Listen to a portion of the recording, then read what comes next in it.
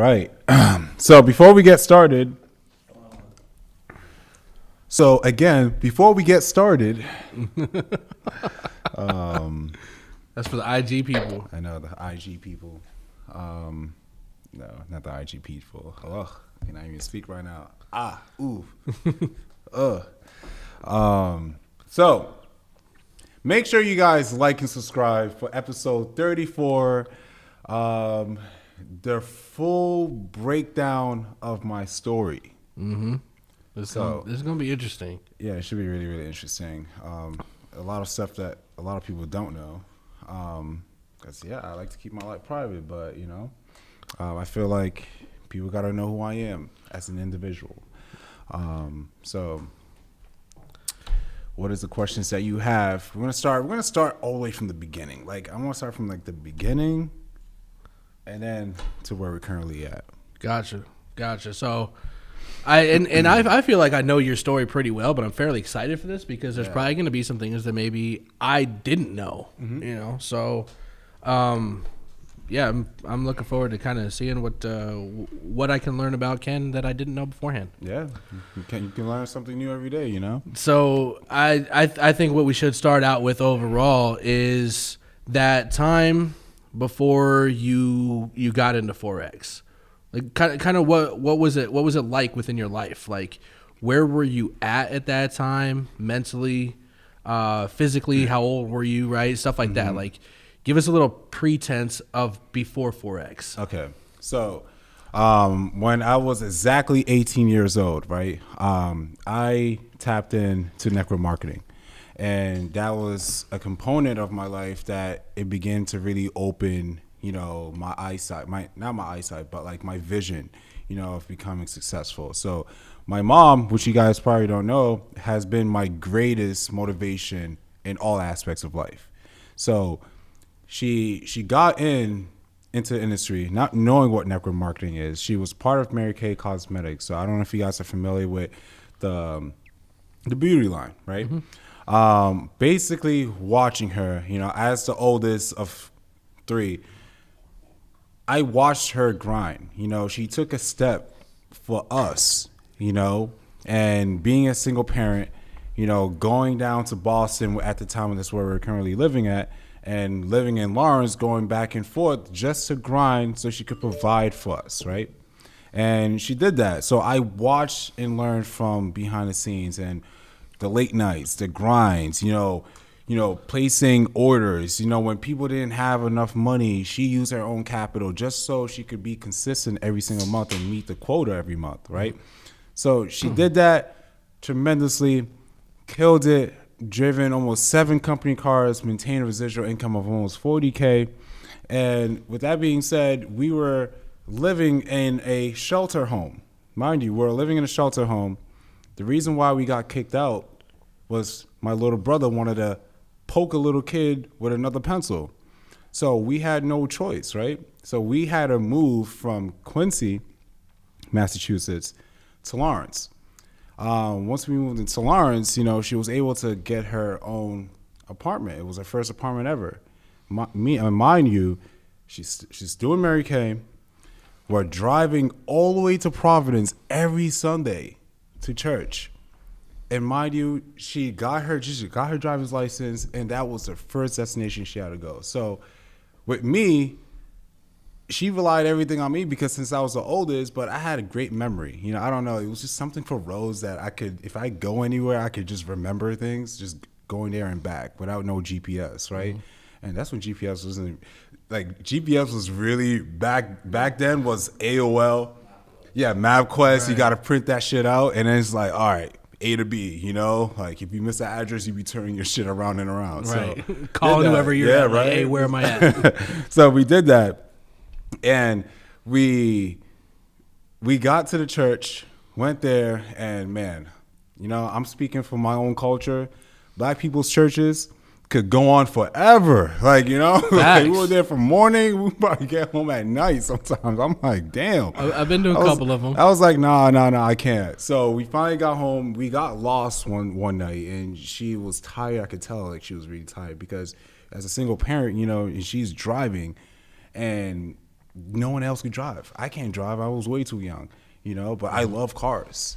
And it's funny because I've always been so self-taught my entire life that I watched my mom observing how she was driving. So when I became 18, this was down later on, go down to that, I learned how to drive, without even having anyone in there because I just saw the movements, what are you doing with your left foot? Drive, it was common sense. It just clicked, right?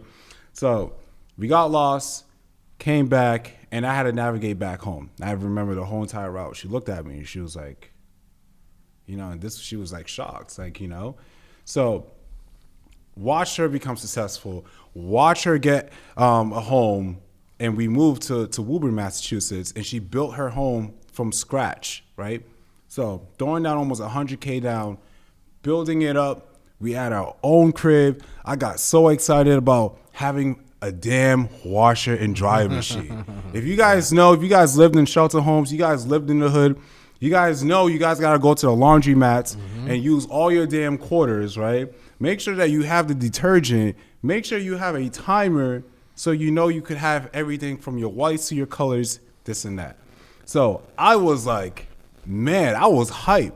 It was just the smallest little thing that I was super excited for. And I was so proud of my mom for what she accomplished, right? But this is the double edge to a coin. The more successful that she got, all of her people were envious. They were jealous. They were like, oh no, there's just because of her drive and took advantage of her big heart. And I saw her get taken advantage over and over and over. She had people owing her 10 grand, 20 grand. And I couldn't even get $1,000, I was just like, damn, I couldn't even get a car. So I'm like, fuck, how is she treating all these people? And then when I got older, I began to understand why. Because she cared, and that's something that we can't control because that's always going to be how we define ourselves, right? So she did that. It was a great run. She drove 7 cars, and I watched her and observed her. So anytime down the future, if I did start my business, I'll be prepared. I'll be mentally prepared. I will know what to do, cut off the people that need to be cut off, right? Not have anyone take advantage of my kind heart because I love to provide and help people, right? So I did that. As growing up, watching her, I went to school, I graduated, I played basketball my entire life, I was always a shy kid, but I was always very observant. I always watched. I taught myself how to play basketball. No one else put a ball in my hands. I watched and I observed and I applied. And that's been my entire life and my motto ever since then. So I did that. After I graduated high school, I created a nonprofit organization with a good friend of mine back home. We are still running till this day. It's 8 years, 9 years strong, giving back to the community, helping all the kids in the hood couldn't provide or even take their kids for summer vacation, right? So we used to do this way back in the day. We used to pack their car and take them to, to beaches. Some of them never been to a beach. We did Christmas caroling to old people. They gave us food. Man, they gave us so much food. I remember there was one Christmas we got so lit and our stomachs we were just rolling. It was just so much food, So it was powerful because I love the feeling of impacting people, right? I love it because it was just not only that it makes you feel good as a person, but the fact is that you were able to provide when no one else can. We're not doing it for clout. We weren't doing it for clout. We're just doing it because we cared, because we want to look back and be like, yo, we started this shit and it's still striving, right? And that was the most best part about it. So after that, 2008 hit, right? And we all know, we all had the housing crash, right? I didn't really kind of understand what was really happening. So I was just like, damn, oh my God, what is going on? This is where I saw my mom completely broke down, and crying.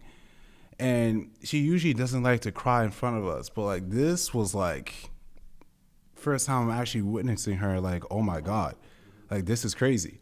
So finding out that it was with the housing market, 28. And it made me realize that she provides so much. I observed every little detail, to the fact is that I told her that day that I said that, look, you're no longer going to ever cry again financially.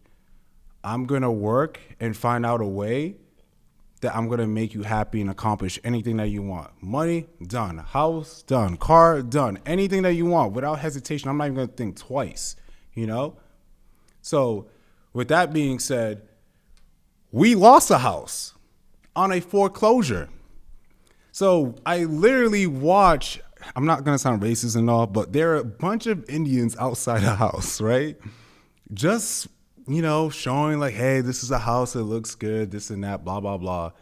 And I'm like, what the fuck is this? Actually, one of them actually came into the door and was like, hey, is your mom home? Like, I'm like, no.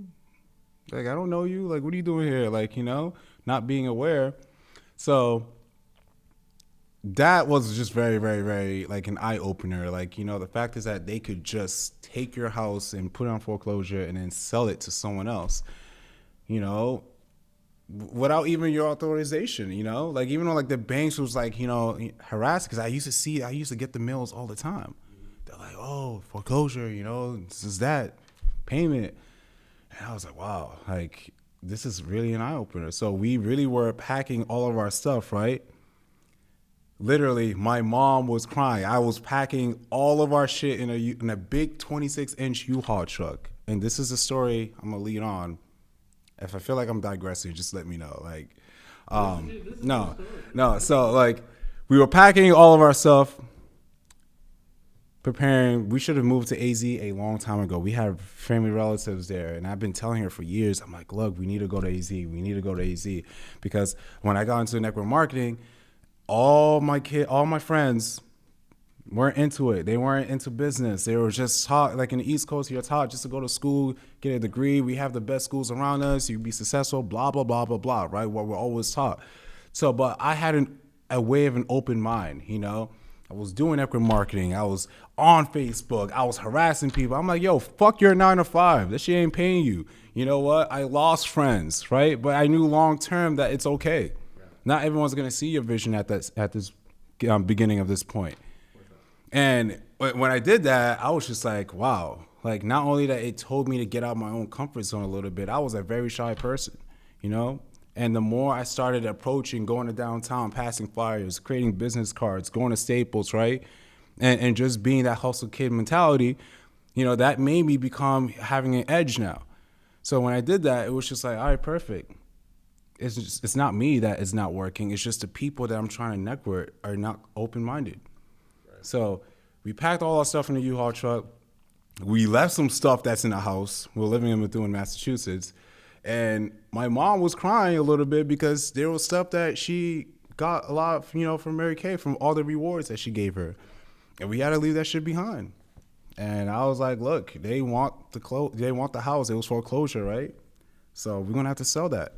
So within this whole process that you're going through, I think what I'm taking away from all of this, outside of any of the struggle, is the fact that you've learned, whether it be on your own or even using your mother as a role model, that you and your family adapt very, very well to whatever surroundings you're currently in. Yeah, right. Most definitely. So, do you think that comes from just within yourself, or does it come from all the traveling that you did as a youngster, being born in Nigeria, going to Germany, coming to the U.S., like that? Yeah, so being born in Germany, living there for 7 years, coming to the U.S., right? Mm-hmm. Being very fluent in speaking in German, but I had kids make fun of me when I was younger. So I used to understand English, but speak back in German. But my mom had to teach me how to speak English because she didn't want that embarrassment for me, mm-hmm. She didn't want me to have a bad time struggling going to school, right? So when I did that, my dad left when I was 11 years old, and I watched it happen. I was sitting there in the living room. I was taking care of my little brother at the time, and while my mom was being pregnant with my third brother, right? So I watched it happen. And that's how she had to become an independent. Like, I tell my mom every single day Like, I'm grateful for you because you didn't have to take us at all. Like, you know, we could have been in different, you know, families, you know, and I would have had to find out by taking a random random DNA test, right? So yeah, you've been my brother for all these years, and you know, and my mom didn't want that situation. She wanted us to be united. Right. So like I've gained my independency from watching independent individuals. And I've learned to adapt change very quickly for a young age. You know, like I didn't have like a childhood like everyone else had. Like it was either take care of my brothers or I'm not doing anything.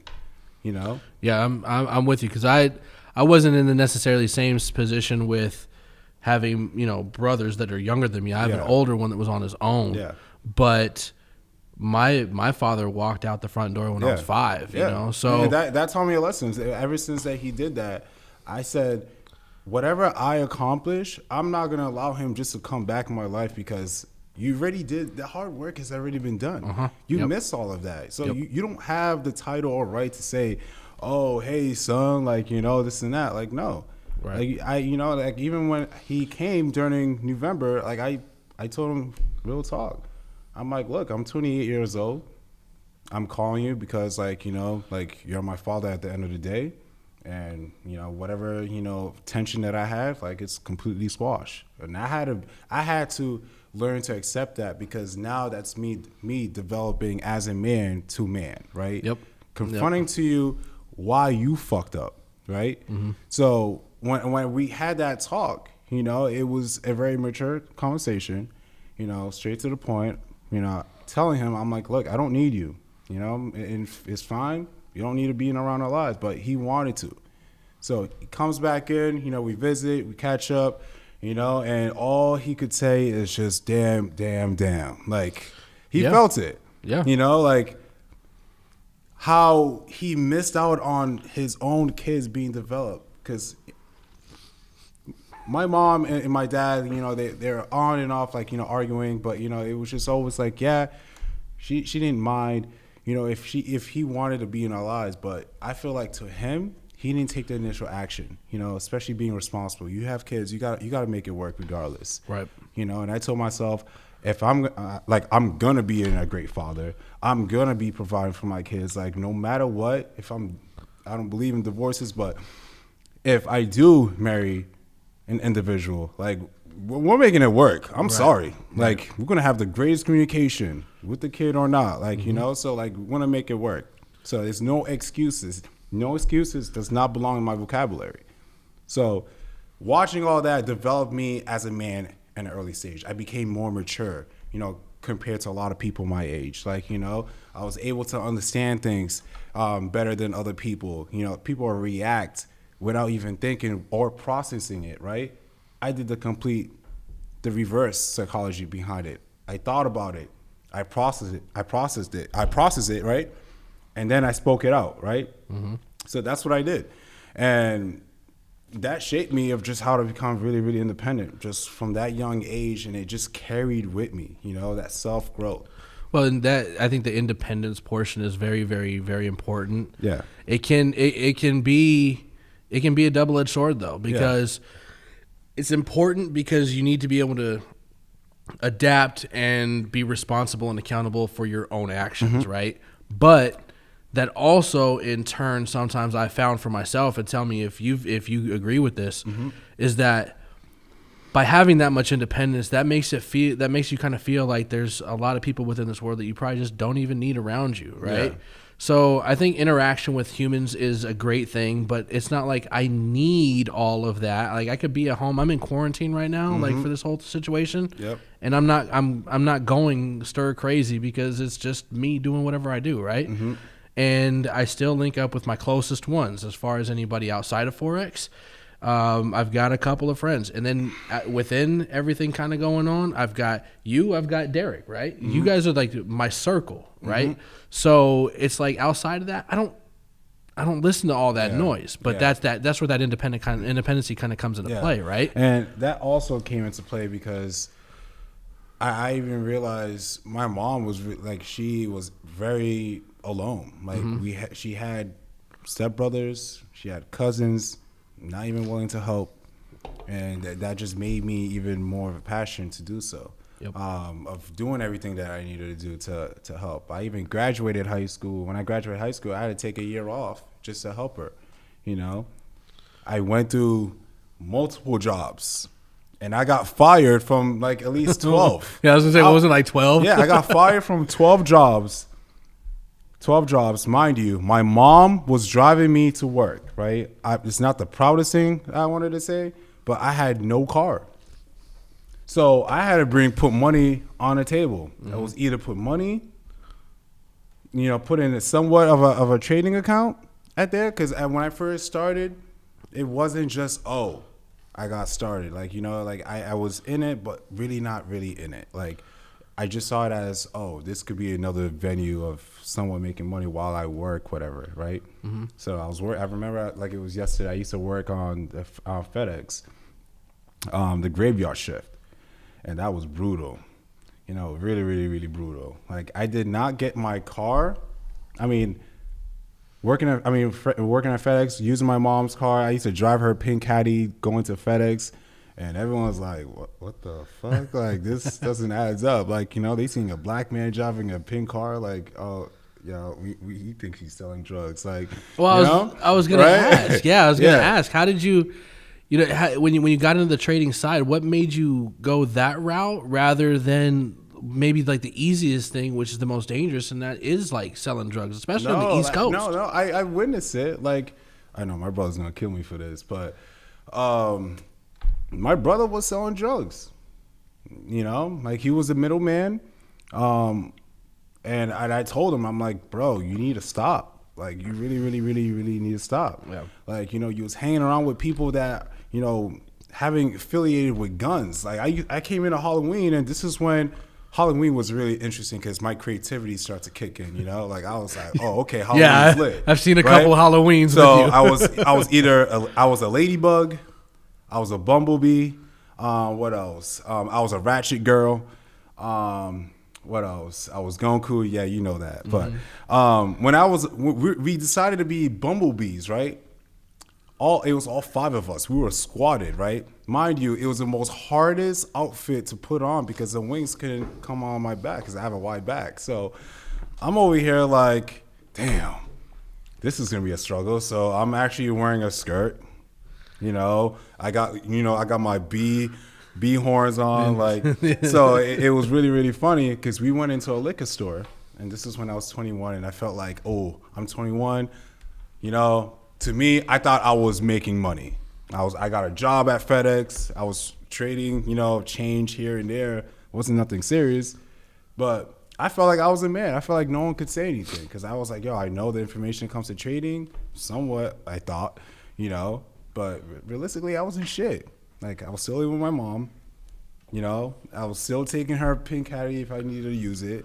I was turning up and thinking that, this is what life is really all about. No, we all went to the liquor store in our B outfits, and moms were thriving on it. I had never felt so harassed in my entire life. I was like, damn, this is crazy. Like, we're really doing this. So we went back to one of my brother's friends, and you see pistols, you see AK-47s, you see coke on a counter. I'm like, bro, this is so hot. Like, this is so hot. I'm like, you know what? I'm going to get out of here. Like, I don't know what the fuck is going on. Mind you, you have random people going in and out, in and out, in and out. And the fun fact is that there was a D-Tech chilling in a corner, just watching all the activity. So they been watching the people that has been selling the dope, selling guns, right? Buying guns, like, and they approached my brother and they're like, yo, we've been watching you. You have a clean record. Mind you, we live in a really great neighborhood where these people's homes were very, very dirty. Like, I'm talking about random people sleeping in that mom knew the people that were there sleeping in. And I used to tell my brother all the time, why are you sleeping in trash environment? Why are you sleeping in a trash environment when we have our own home? Like, we have... So it was a trap house. Yeah. It was basically a trap house. Why are you doing that? Why are you putting yourself in that situation? He comes home smelling like cigarettes, and it's just like, damn, bro. Like, you know? So he used the money to get a car, you know, and he felt like he was top shit. He was disrespecting my mom, coming home like he pays bills and he don't pay shit. I'm like, how am I working more harder and you over here thinking that you could just come and eat the groceries and not do shit? So it got me so tight. So me and my brother always clash every single time. I was like, bet, you think you're better? All right, cool. That one time he thought he was better, he got locked up in jail. My mom was out in Dallas for a convention and he had no one to call but me. So I had to take the car and go down to the station. Mind you, this was like 2:30 in the morning. I'm like, so this is what your life has come down to? That gave him such a fucking reality check. I was just like, bro, do you know you would have been fucked? I was like, yo, mom's is down in Dallas. Like, you would have been here for a whole weekend, all scared, shook, all by yourself. So you've addressed the struggle that you had, the foreclosures. Yep. You've addressed some of the routes that, let's say, your brother took, and still your mental was strong enough to say, I'm doing something different. Yeah. Right? I wasn't meant to be a follower. Like, I never followed what people were doing, you know? Right. I just felt like that's such a weak way to go about anything. Just follow what that person's doing without no validation, not even asking yourself, why are you doing it? You know? In every situation I have been in my life, I've been set up to either be the leader or be a follower. You always have two routes in life. Right. You lead or you follow, right? So I decided that I was always going to lead, no matter what. You know, I had friends that looked at me and they always pointed at me, what should we do? Yo, what's the game plan? Yo, Ken, you know all the girls. You got a huge following. Like, it was always pointed on me. So if things were not in my direction of I should be a leader, then yeah, you could definitely be influenced and going to another route. Mm-hmm. And I chose not to because I thought about my mom every single time. The struggles, why she cried, why she did the things that she did, right? So that always was a reflected reminder in the back of my head. To my brother, as being the middle child, no. He was very selfish. He only cared for himself, you know? So then we're talking about your work, doing 12 jobs. Yep. You know, I bet your tax return had 12 different W-2s. It was remarkable because when I had to use TurboTax, I had to put all my jobs for that year. It fucking sucks. Yeah, and I'm only laughing because I know what it's sometimes, like. I'm not gonna lie, I bullshitted the numbers sometimes. I was like, man, if I could get a higher tax return, like sometimes I was lucky, sometimes I wasn't, sometimes I wasn't getting shit. Right. So I'm like, damn, I gotta put in all these jobs information. It's like some jobs lasted like 4 weeks, some jobs lasted like 3 months. You know, I went through temp agencies after temp agencies. The process I really hated about getting a job was fucking dressing up. To impress for an interview that's going to last probably less than 10 minutes. To qualify you and say, hey, we really like you. We're going to give you a second call. In my mind, I already said, no, that's bullshit. If they're going to tell me they're going to give me a second call, they just, like, I used to tell them, just say no to my face. Right. Like, can y'all just change your interview process? If y'all don't want to hire me, just tell me. Don't gas me up and be like, oh, you did a great job. We're going to give you a call. It's like, no. Just be real. Yeah. Just like you get paid. You're not getting paid extra just to lie. Like, you know, they just do the part, say what it is, and then we'll keep it moving. So when you got to that point and you hit your 12 jobs. Yeah. 12 jobs. Historic. What puts you into the position to start going into the MLM side? Like, so what was your first MLM gig and how did it come across? My first opportunity, it was called Wake Up Now. Woo, I was definitely woke. Man, I went in and I'm like, nice play on words. I was like, I don't want to do any of these previous network marketing. It's not cool. You know, the way how it got my attention was the lifestyle. The fact is that, you know, you could really have residual income. And it became very powerful because having all my 12 jobs became my residual income. I was waiting for my last paychecks, right? Right. But I was wake up now that it just appealed to me. And it was dope. The concept was dope. You know, you save money on the bullshit discounted stuff, which let's be real, a lot of people didn't even utilize it. They were just about the residual. You know, it was the great foundation. You bring one, you bring 3 people, they bring 3 people for their subscription to be free. And then if you kind of realize you're not really getting your free subscription because they're taking the commissions and you're paying it for your auto bill. So I got to founder 6. So I believe that was almost about like $6K a month. I don't even remember the complaint. It's been so long ago. I got there, and then I remember I went to New York for a convention, and that's when everything went downhill, right? Because they started launching new products. That's when I started to realize what MLM is all about. They sell you on fucking hype. It's every single time you go to a new convention, and this is facts for every MLM company.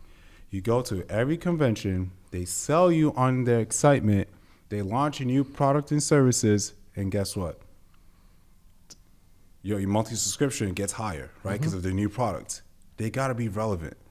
If you're going to a convention, if you ever go to an MLM company and you go to a convention and they don't launch no new services, it's like, whoa.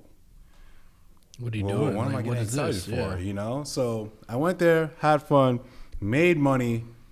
Oh yeah, also MCA I did on the side as well too. So if you need road services, you know, Venus did that shit. Yup, it was at $40, and then when you refer, it was at $80 commission. Yep. I was like, woo!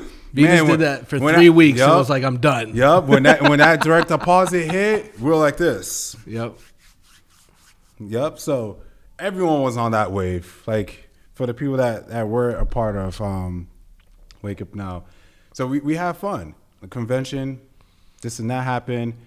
And then from there, I was like, the company went in a wrong direction. It was lack of leadership. It was just growing way too fast. It was like every 18-year-old and their moms signing up to Wake Up Now. Like people and their moms knew what Wake Up Now was. And they didn't even know what the service was about. They said, just join Wake Up Now, you make a residual. Like, what? It really came down to that point. Like, you know, like everyone knew about it. But since an MLM company, when they grow too fast, you know, you're going to have a lot of, you know, big problems. So they were having a lot of internal leadership in the company. One was like feeling like he like was scamming everyone. He was doing a lot of shady shit behind the woodworks. And then he basically split and bounced, basically. So and then the company tried to rebound and adding new services, and then it just was not working. It just got too expensive. People just, so I was like, no. People weren't getting paid out. Oh, man, that was like the most crucial thing. When people are about their bread, man, once you affect people's money, it's just like, okay, this is getting serious. So, yeah, so that was it. And then I tried to dabble in Metalluca. I tried to dabble in Jeunesse. I was desperate at this point. I'm like, damn. I'm scratching for residuals, you know, like I need a new network marketing company, you know, so like I needed something that I could brag to everyone. They're like, yeah, network marketing, you know, no 9 to 5. Like I thought I was that dude, you know, like I was like, yeah, I'm doing network marketing. Yo, fuck your 9 to 5, like you know, I make whatever you make in my residual, like you know, like I was like that guy. You know, and I could explain why people didn't want to join my organization because I used to just down talk 9 to 5s because that's what we were taught. We're like, don't have the value of someone having a freaking 9 to 5 job. They don't care about their dreams. Blah blah blah. What they sell you on, right? So that has been my journey on the network marketing side, but the positives that I took from it was that, damn, you know. 1, now I know how to be a leader, right? 2, I know how to be more organized, and you know, approaching up to people. 3, you know, having always an open mind, right? 4, learning how to be really creative, right? Try to do what a lot of other people are not doing and do the complete opposite, right? And then 5, the basic and spicy topic was marketing. Marketing became so good. Like, I felt so good. When I'm thinking about just doing a lot of the things and finding out different ways, like, I love being creative. I feel like that is the best trait I could say for myself. And yes, I'm judging my damn self. So, like, I love being creative. I find ways where it could be really relatable, or it could be like, oh damn, that was good. Like, you know, that was a smart move, you know? So that was my journey, from the bads of network marketing and the goods of network marketing. But that also opened up a chapter for me diving into Forex. So who do you give credit to bringing you onto Forex? So this was like a really, really good friend. I remember it was just like right after, like, I was with Wake Up Now. His name is Jay. He goes by Blame Forex. But he told me about Forex trading. And I was like, what the fuck is that? You know? And he told me about it, and I was like, all right, I'm not going to take your word for it. Like, you know, I'm going to go Google everything like everyone typically does, right? So I go on Google, type what Forex is, and I was just like, I had my thinking cat face on. So I was just like, okay, you know, you don't need to have an education. You don't need to have capital. You don't need to be the most smartest person, right? But I know that you needed to put hard work, and that's something that I've always done my entire life, right? I worked hard to be, you know, a star basketball player. I worked hard to figure out things. If I don't even like looking at instructions when it comes to building something, I just fucking do it. Figure it out yourself. I figure it out. That's how I've always been. I always figure shit out in life, you know? So when anyone threw curveballs, I'm catching a fastball, right? So that's how I took everything, and that's how I perceived with everything. So I didn't look at it from the money aspect, because that's what a typical person would do, right? They're like, oh shit, you could make so much money. No, I thought the opposite.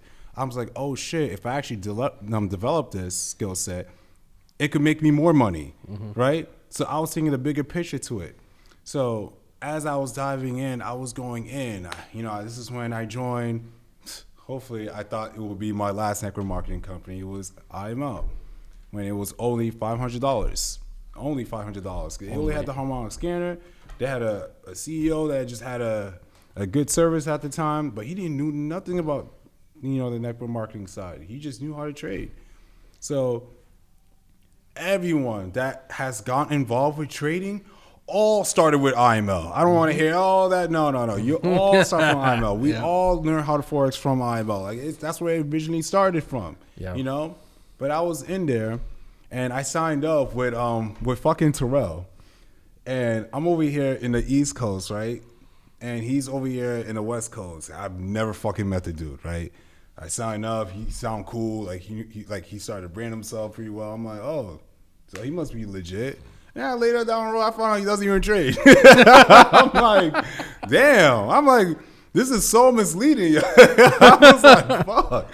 So, you know, that's when I was, you know, getting placed in an organization. I was like, man, yo, I went on Chris Terry. You know, I made money on GJ that he gave out during the London sessions. That's when he was on live.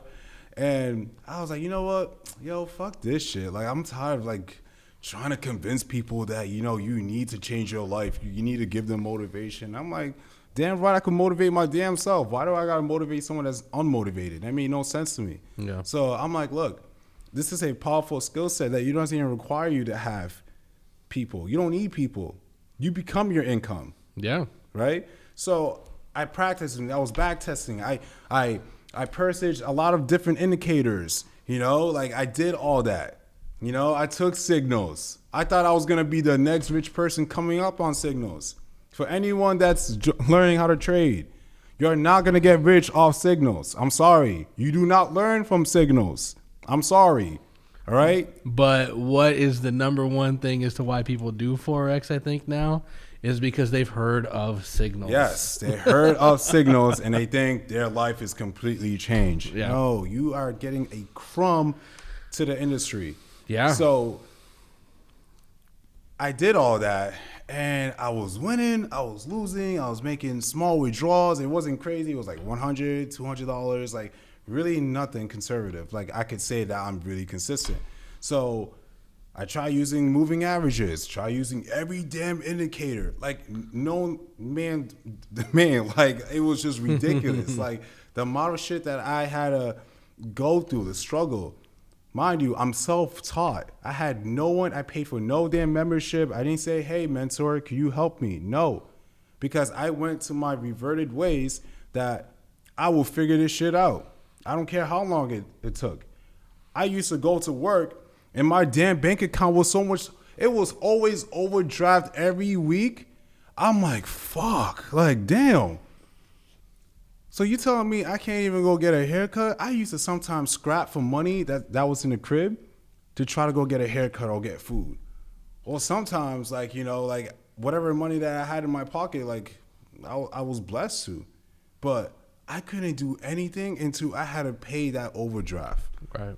And overdrafts was not cool, man. Like I was just like, Well, I've worked in the bank. I know how they go. Like, I was hurting. Like sometimes, like, you know, I would have to take like $1, you know, just like I had to at least take like have like $1 within my bank account before I go in overdraft. Mm-hmm.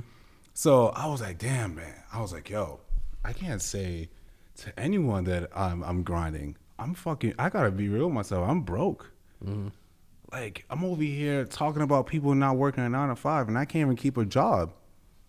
My bank account's not looking healthy, you know, and I'm like. I had one account that was closed because it was overdraft for so long. The bank was like, like, yo, this dude ain't never gonna pay this shit. Like, yeah. So I'm like, damn, fuck. So couldn't do anything. I had student loans, you know, and they all started going into collections. Right? Didn't know what the fuck that was. I wasn't educated, right? You know, like you go to school and they tell you it's for free, and no, they hit you with that student loans right after you're done going to school and telling you need to get a fucking job. Mm-hmm. You know, so it was my sophomore year, heading into my sophomore year in college, and this is so funny. I was in a toxic relationship. I almost got into a fight with my mom. I was like, fuck this shit. I end up staying with one of my basketball teammates in the fucking boonies of New Hampshire. Meanwhile, I'm talking about, you want to talk about boonies? Like, I'm talking about like having hot water, but it's super hot. Like there was no cold water. If you wanted hot water, you're not getting that. Ooh, yeah, that feels nice. You getting that? Ooh, like you know when you touch your steering wheel in AZ, right? It's just like, yo, my skin's coming off. Yeah, I felt like my skin was coming off. I was like, man, I'm not gonna be black today. I'm gonna be purple. I'm gonna be pink. Like, right? So I was like, damn, this life is not for me. Like, I gotta go back and you know apologize to my mom. I'm like, look, I'm crazy. Like, I was dating a white girl at the time. Her dad, somewhat, they were telling me didn't approve like dating black guys. So her mom knew about it, right? And was playing along, and they lived together, which made no sense to me. So that was a major cultural difference for me to the concept. So I'm like, fuck, like, am I just like the hidden token in this relationship? Right. Like, so left there, had to call my troops. And apologize to my mom. I was like, look, like I wasn't thinking right. I was thinking with my emotions. And then that's when I decided not to continue school. Like I was like, look, I'm being real. Like I don't want to go to school. I don't want to go and play basketball overseas. I just don't find value in it long term. Like I'm a numbers guy. Like I look at the scenario, potentially going overseas. And then eventually, of course, you make all the money, you get some clout attention, blah, blah, blah. And then if you want to establish family, but you're still playing, right? Mm-hmm. So you're jumping your family to another country, to another country, to another country, to come back to, you know, see if you could have a shot in the NBA, right? And I'm like, nah, that's not the route I want to go. Right. So I end up dropping out, having to research about Forex, not being a part of, MLM anymore. I was self-taught. And you know what? I was like, yo, I'm going in. I did all the shit, indicators, everything, and they guaranteed nothing.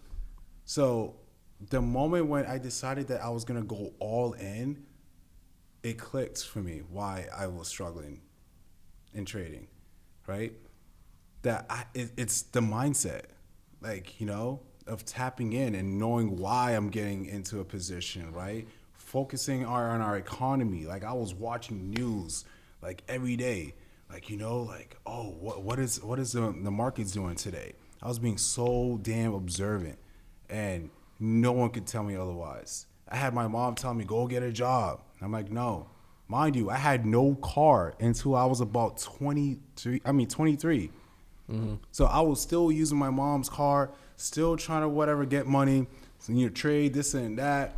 I remember there were times that I know Tassie's gonna actually look at this. Me and my brother used to go on the iPhone lines, right? So what we did is every time when the new iPhones release, we had Arabs giving us like Apple gift cards, right?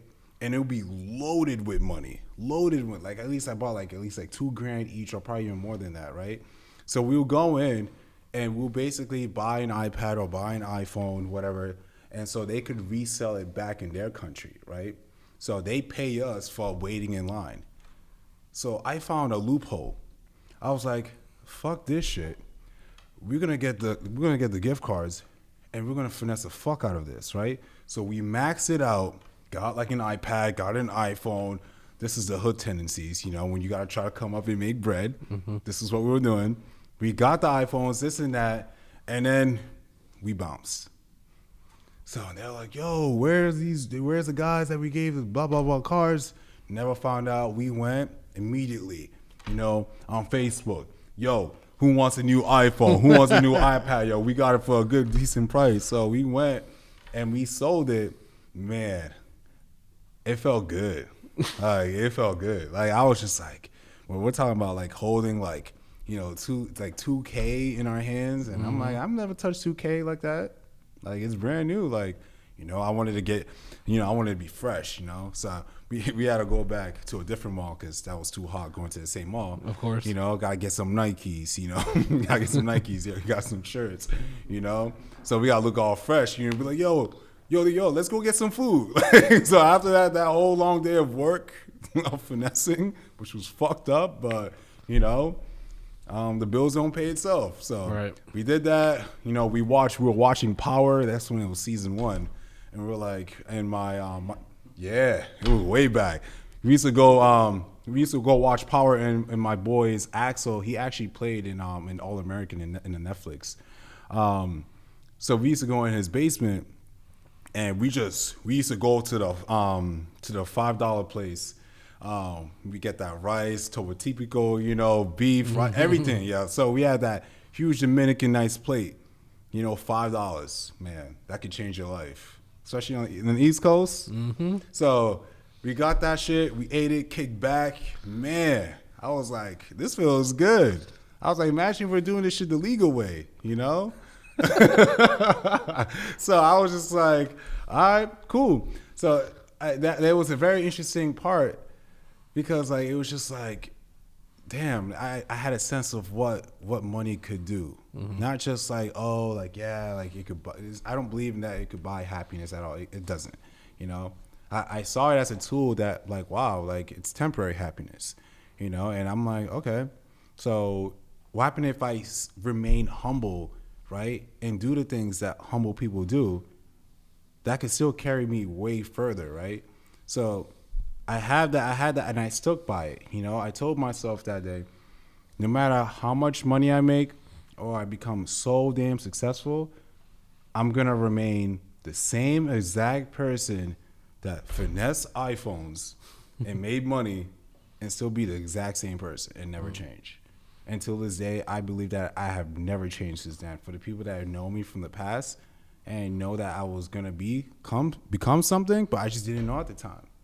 Right? So, that being said, got into Forex. I was in an environment and community where no one wanted no part of it. You know, no one no part of it. Everyone was closed-minded. So we got the whole foreclosure. This is where it really got interesting, right? So we took a leap of faith, right? We took the U-Haul truck. We started driving from Boston all the way to AZ. Meanwhile, my brother was driving the truck, right? My brother was driving the truck. My big and black ass was not driving the truck. I'm sorry, but if y'all know and drove a U-Haul truck, I'm long as hell. So bending my knees and my legs for hours was not gonna fly. Right. I drove it once, and I was driving mad slow. I was just like driving mad slow. So I'm like, nah, fuck this shit. I gotta take the car. And I ended up taking a car, and I forgot sometimes that they were behind us, and I was booking it like it was no one's business, right? So we were going through states after states. Like we went through, believe through the route through Ohio, and then now coming down south. And I remember like we stopped at St. Louis, and we're like, oh shit, the Cardinals Stadium, that shit is lit, right? We're like, never see that shit. So my brother was like, yo, I'm hungry, man. Like, yo, we gotta eat good. Like, we end up going to 99's restaurant, and this dude orders a big ass steak, and I'm like, man, he almost got into a truck accident by going into the wrong direction. So I looked at him and I gave him the Russell Westbrook face. I'm like, the fuck are you doing, man? Like, it's a one way, and you wanted to go there? Because you were that hungry? Like, man, wow. It was so much frustration behind it. I was like, wow, like, I can't. So that drive to AZ was long as hell. I believe it was 39 hours. It took us 3 days. 3 to 4 days. You know what the first thing that we did when we came in at AZ? What was that? One, the air was fucking different. I'm like, yo, what the fuck is this? Like, did you guys come out here in the summer? No, yeah, it was the summer. Yeah, it was the summer. It was so hot. I was like, bro, like this isn't air. This is just steam. Bro, we were coming down through Payson, a big ass steep. I was like, yo, cars were just coming down, flying. Yeah. I'm like, damn, like no brakes. Like it was no brakes. It was just straight. We out. Yep. So we came to AZ. We stayed at Holiday Inn at a hotel, right by the outlets. The channel outlets. Okay. So right there, the first thing that we tried was In-N-Out. And man, we were like, yo, we gotta find out what this hype is all about. Like, yo, is there In-N-Out here? In-N-Out? My uncle's like, yeah. So we booked it. We're like, all right, we out. We're going. We tried In-N-Out. Man, I never made love in my life than that first burger. That shit was so juicy. I was like, man, this is so cheap. I was like, what? I was like, no, this can't. I'm like, why did we not move here sooner? Like, the fuck we were doing in Mass? Like, man, I was making sweet love to it. I was like, boom, boom, boom, boom, boom, boom. That Drake was popping in the background, right? It was like, yo, it was crazy. So it was really, really, really crazy. So after that, we were waiting for like our apartment unit to be done. And we moved in like the next day. So we're like, oh shit, it's sunny here in AZ. We're not used to this shit. Like, the Ys are so wide. We're like, damn, everyone is like, howdy, hi. We're like, everyone says hi over here. Like, that's different because in the East Coast, everyone's like, fuck you, keep it moving. Like, right. Like willing to fight you like on the spot. Like, you cause a problem, they'd be like, yo, we squaring up right now. Like, yo, why you walking that way, yeah, bro? For real. Like, you step on my J's, bro? Like, yo. Hey, stepping on the J's I can get. That's the worst thing that you could do. Like, so we got to our apartment. Mind you, I'm living with my mom. So at this point, I'm 23, 24, around there. And I thought I was like, I thought I was a man. And I had to admit it. I'm like, no, I'm not. Like, I'm still living with my mom. Like, I can't even say like I'm successful. So what I had to do is, man, getting a job in AZ was so difficult. My brother was working all the way in Avondale, and we were living in Ahwatukee. So he had to book it at 6 in the morning every day. That was his first job, bro. Yo, and that's the worst Right. because I-10 is horrible. Yeah, it was so bad. I'm like, damn. Like, he got a job like really quickly because he had to pay his credit card from the East Coast. So, and he had a car because of the drug money he was doing. Right. So I didn't have a car. I was still living with my mom. I had to go find a job. I was lucky to find a job, and then luckily I got fired from the job. So you can see how that went. You know, I got the job, fired. I got excited for the paycheck, try to trade this and that, but I still had my laptop that I had from college, and that was something that I was very proud of because that's what my mom gave me when I went to school.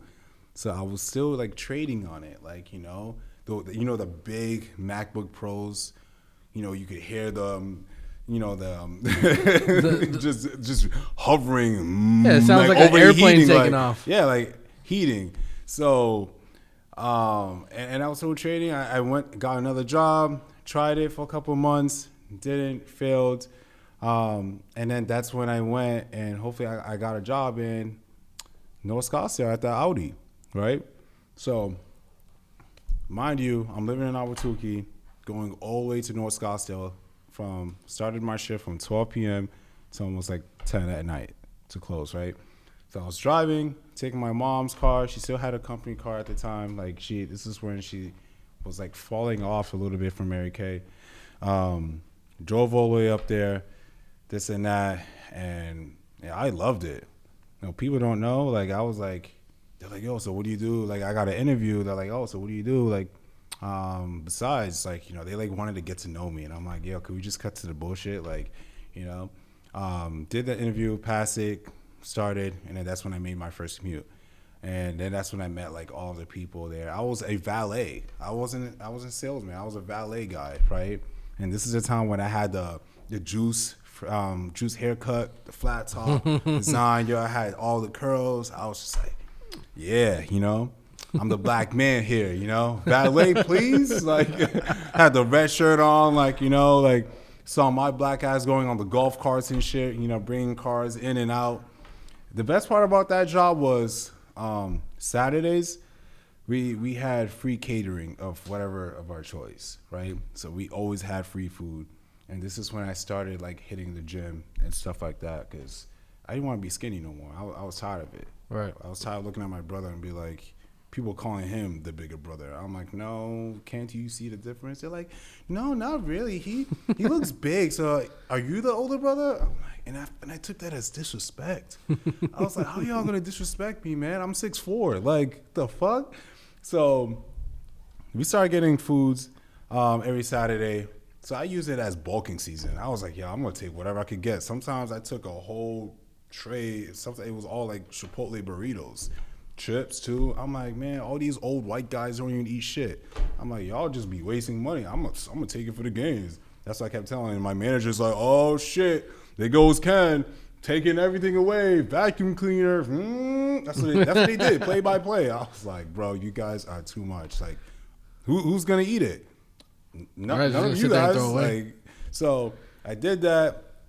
I used to go back to work. I used to drive my mom's car to work. Sometimes she dropped me off, or sometimes I took my brother's car, and we had a gas card for our dealerships, right? So just to load, like, so we use it to get all like the new cars loaded up in gas, make sure it's washed, whatever, and then so we could have it ready for the car being sold, right? Like, you think like I was gonna really respect that? I took that gas car. I took my car before I started my shift, full it up. Didn't pay gas for 3 months. My brother didn't pay for gas for 3 months. My brother was like, yo, bro, Ken, can you take my car and put some gas for me, bro? Like, did not pay no gas. So I was like, damn, this shit is good. Like, you know, I ain't paying no gas. Ain't no money's coming out of my paycheck to put gas to get to work. So I'm feeling good. So were you doing this Audi job while you were also within IML learning this stuff? No, I wasn't learning anything in IML. I was just trading myself. Okay. I was trying to figure out like. But you were doing them simultaneously either way. Yeah. Okay. Yeah. So, and I used to tell all the guys, I'm like, yeah, I'm a Forex trader, this and that. I'm a forex trader, and they're like, "Oh shit, really? Like you trade currencies and shit?" They're like, "Yo, that's pretty dope." They're like, "How long you been doing it?" I'm like, "Yeah, I've been doing it for." I over exaggerated. I'm like, "Yeah, I did it for like 3. I'm doing it for like 3 years now." Like I was just playing a role, and it was the most funniest shit because it just kind of made me seem cool. Like I was like trying to see like who I should really fuck with. So I fuck with one of the guys named Lewis and in Paris, and they went to Old Town, and I told them like, yo, I'd never been to Old Town, I never been anywhere. They're like, nah, bro, you gotta come. So I just the one time we went in, I'm like, yo, I was like, wow, okay, So I was just like, exchanging content and stuff like that, but that wasn't like my first time. That was like my second time. But my first time I came to Old Town, and we were turning up. It was on a Wednesday night. It was me and my brother, and I met some girl that I matched on Tinder, right? And she was like, "Oh, hey, blah blah blah." So I created a profile and this and that. We first go to Tempe because we want to meet up with her at the club. So we wanted to check how Tempe looked like. We went to Tempe. And then there was a bunch of girls just walking, and then they just grabbed our ball sack. I'm like, excuse me, like what? Like, Oh, man. I didn't give you no right to grab me. Like, she's like, damn, you look so fine. I'm like, Wow. I was like, yeah. So this is welcome to AZ. I'm assuming, right? So that wasn't the case. After that we left. We went to Old Town. We met up with the girl that I matched on Tinder. And let's just say what you see online doesn't appear to be real sometimes. Of course. Right? So we went to the Mint. I was turning up. I was drinking, I think I was believing Hennessy at first. And then, the yak. Yeah. Oh. And then we crossed into the clear liquor. So I'm sitting down in a section, and she's like, yeah, I got a table. I'm like, all right, cool. We never been here, like this and that. I'm lit. She's over here starting to dance on me, and I'm like, yeah. So the moment I turn around, I'm like, bro, what the fuck? The club was so packed, it was lit. Yeah. I was like, on a Wednesday night? Like, I've never seen anything like this before. Like, me and my brother were just looking at each other. We're like, bro, yo, AZ is different, bro. That West Coast is different. Yo, it was different. So all we did was that we turn up. So what I was doing is that I was getting everyone's contact through Snapchat. I'm like, yo, you got Snapchat? Yeah, put it in there. So I was networking at the same time, just for the bigger picture of what I was really trying to do. So doing that, this and that. And then I started posting like markups. I'm like, yeah, trades, this and that.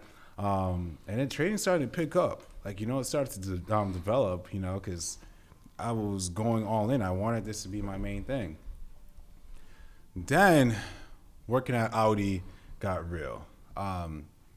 Since I had that one night, I needed to get a ride. I needed to get picked up, So I had to tell my mom, and she was elsewhere. My brother was doing elsewhere. He's like, yo, bro, I can't. Like, I'm over here, like, with a girl, I'm assuming. So I decided to take one of the cars from the dealership and drive all the way home. So one of the dudes that was there, and I was trying to get, be a sales rep, right? And he has been working it for like 3 years, and they finally were looking for an opening, but they liked me because I knew everything when it came to Audis, like in and out. So he saw me take the car and attempt to leave the lot. He tells a manager there, and then he snitches on me. So I had to come back. And I'm like, he's talking to me, and he was like, yo, we saw, Paris told me what you did, this and that. Like, we're not going to, what you did was like a crime. Like, we're not going to, like, make this much of a serious deal, this and that. We're going to have, sorry, but we're going to have to let you go. Like, I'm going to need your thing, blah, blah, blah.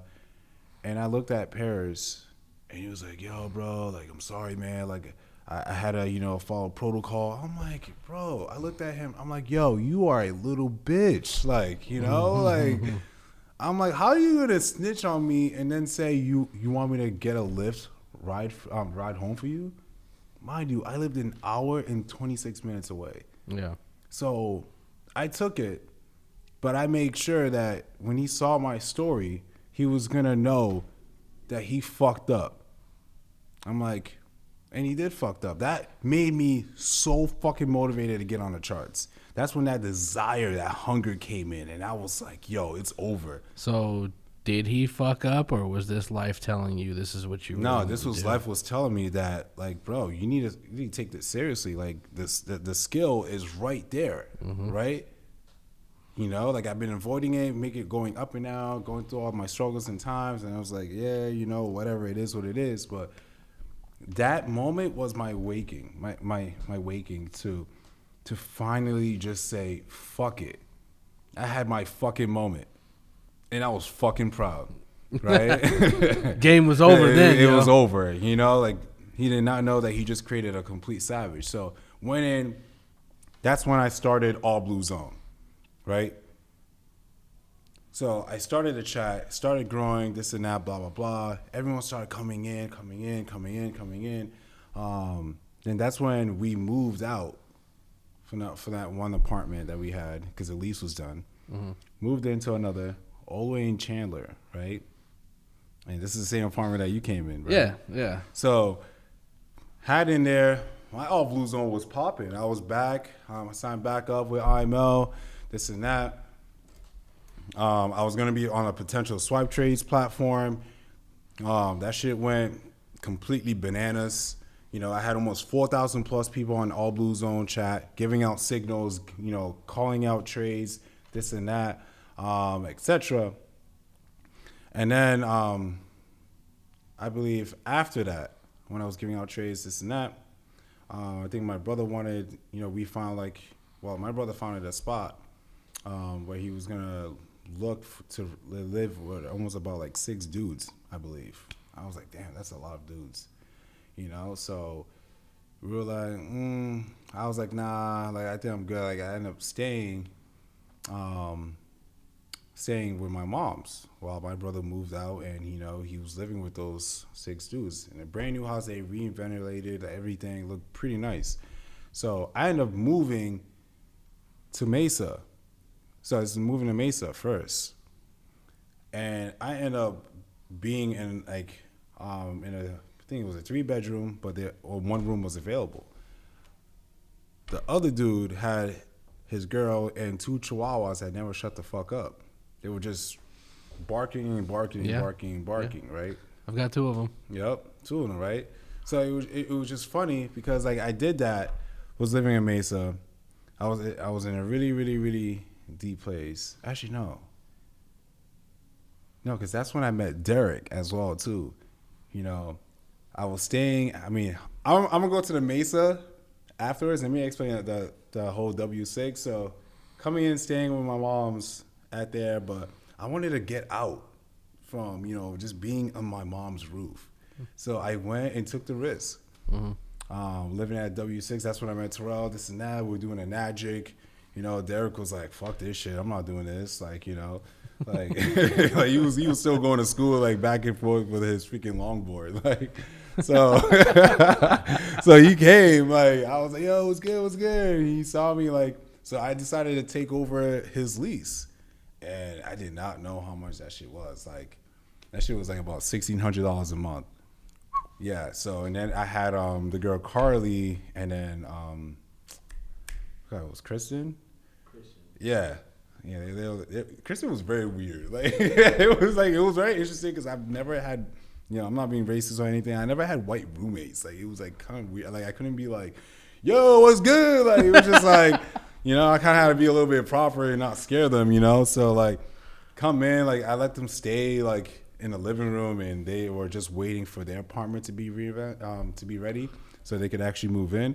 And so that was very interesting. They helped me pay the rent, but then it came to like the second portion. I'm like, damn, like I'm gonna have to be I was scrapping for money, like, you know, like my account wasn't as, you know, big and beefy, like, you know, like I was trading and making small withdrawals, and we paid for the rent. It was like such a struggle. The leasing agents knew that it's not Terrell staying there.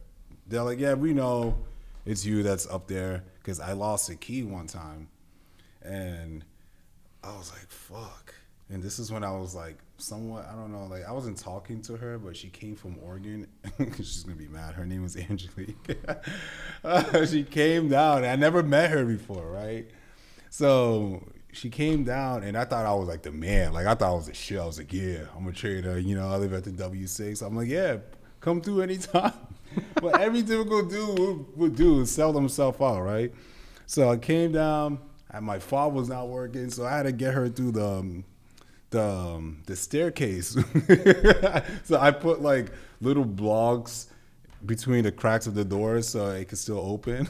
So she over here bringing her suitcase, comes in, drops it off, and then that's when Chris came, and we went to like Casa Amigos that first night, and we got lit.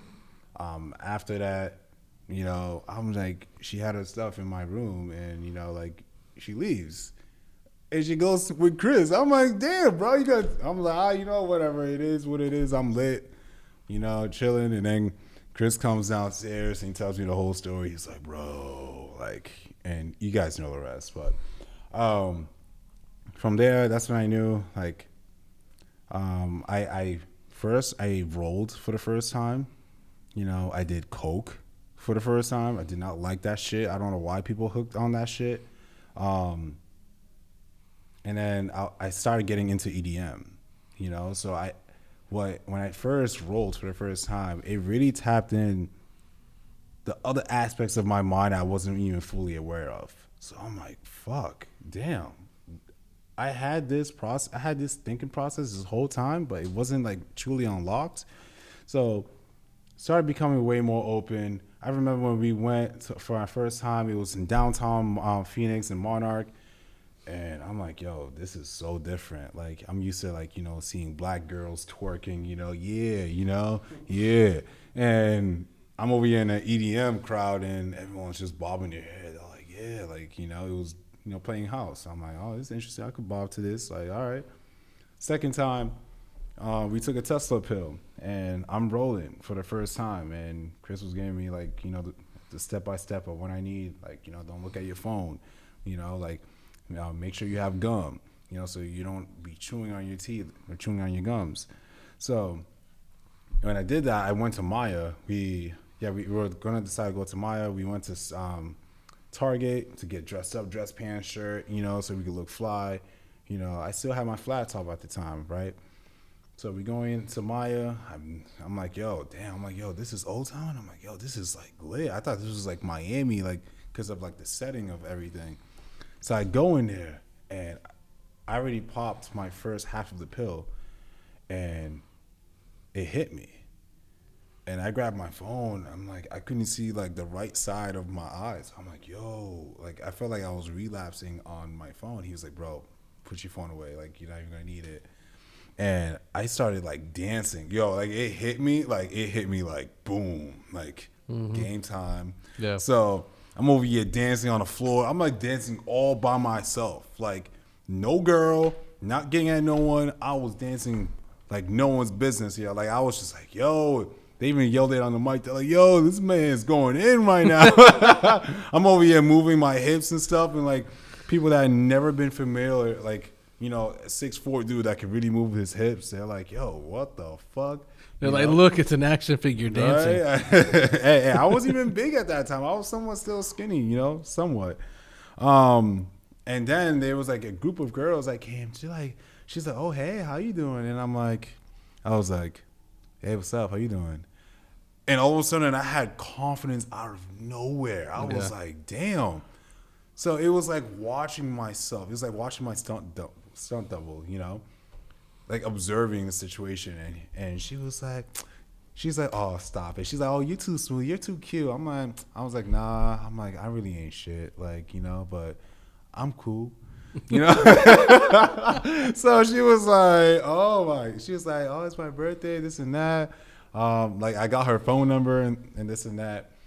And then I was going to hit her up, but I was just like, you know, we were supposed to, you know, hang out the next Sunday, but, you know, she never texts back. So I was like, all right, I guess that's an L for me. But I was like, bro, I thought about it. I was like, yo, I want to do it again. Like, I was like, not saying like I was hooked to it, but like this experience behind it. Yeah. Like, I was like, oh, now I developed something like I have no comfort zone now. Oh, it's free game. Yeah. So we went to another festival called Wet Electric, and this is what really opened my eyes. So it's hot as fuck, you know. I take off my shirt and everyone's like, you know, some dudes were feeling insecure, you know, like, you know, I'm that black guy, you know. So going in there, this and that, had my sunshades on, I'm like looking around, I'm like, damn, there's a lot of girls in bikinis and everyone's like half naked, and I'm like, is this is what it's all about? So I'm going in there, I'm rolling. And then I have a random girl eyeing me from like all the way down there and comes and kisses me, and I'm rolling. So I'm like, this is so weird. Like, Yeah. and then another person, and then from there we were supposed to meet up, and I ended up going to the wrong club. I ended up going to the El Jefe in Tempe, and they were at El Jefe in Old Town. So I'm like, wow. Damn, why does this always keep happening to me every time I roll? So, so fast forward from there, I was at the W6. I had to move out. I just couldn't pay for it. You know, I had to be real with Terrell. He had to get a freaking eviction notice, and I felt bad because I'm like, fuck, like, fucking like lied saying that I could afford this place, and I couldn't. So I ended up going back to my mom's, right? So and then that's when I started to grow, all Blue Zone. And that shit got up to almost like it was like 1,000. It kept growing every week, and I'm like, fuck, like I guess it's working. And that's when JFX, the broker, came out, right?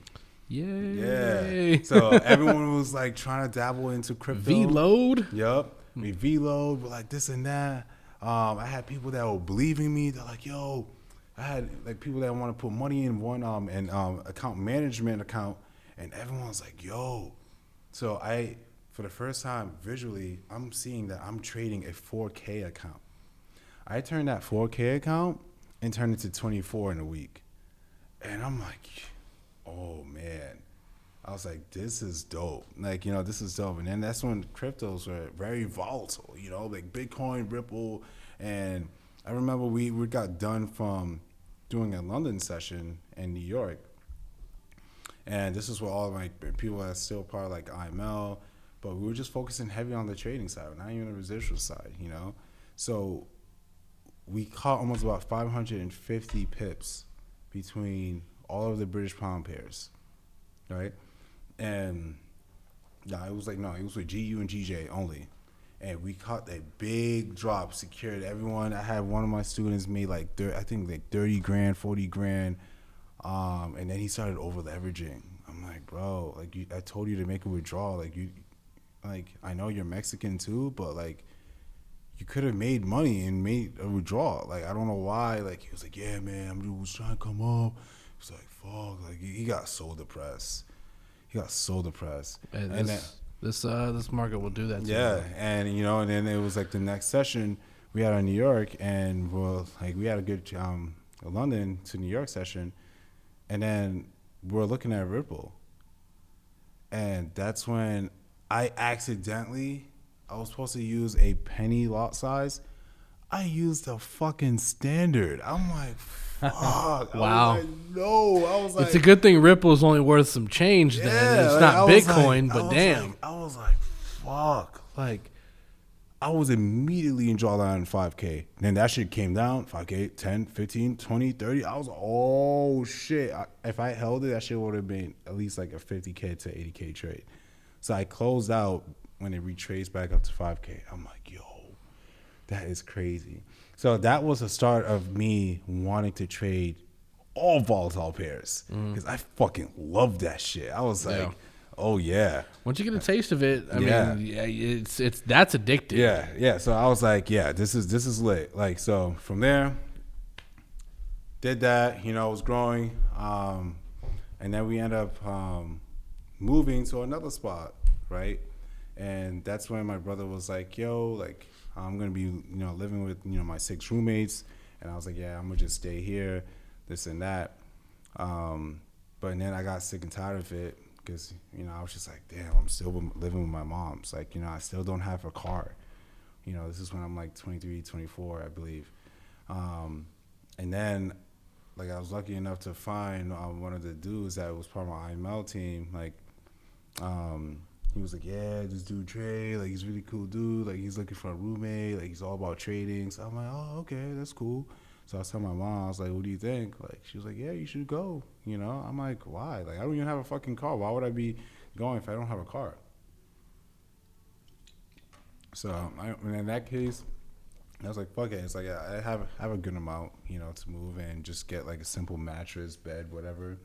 So I ended up moving in, and the dude that was staying on my left hand side had a girl and a chihuahua that was barking, and then he had a dog, but he basically was just living there, and it wasn't like fully furnished.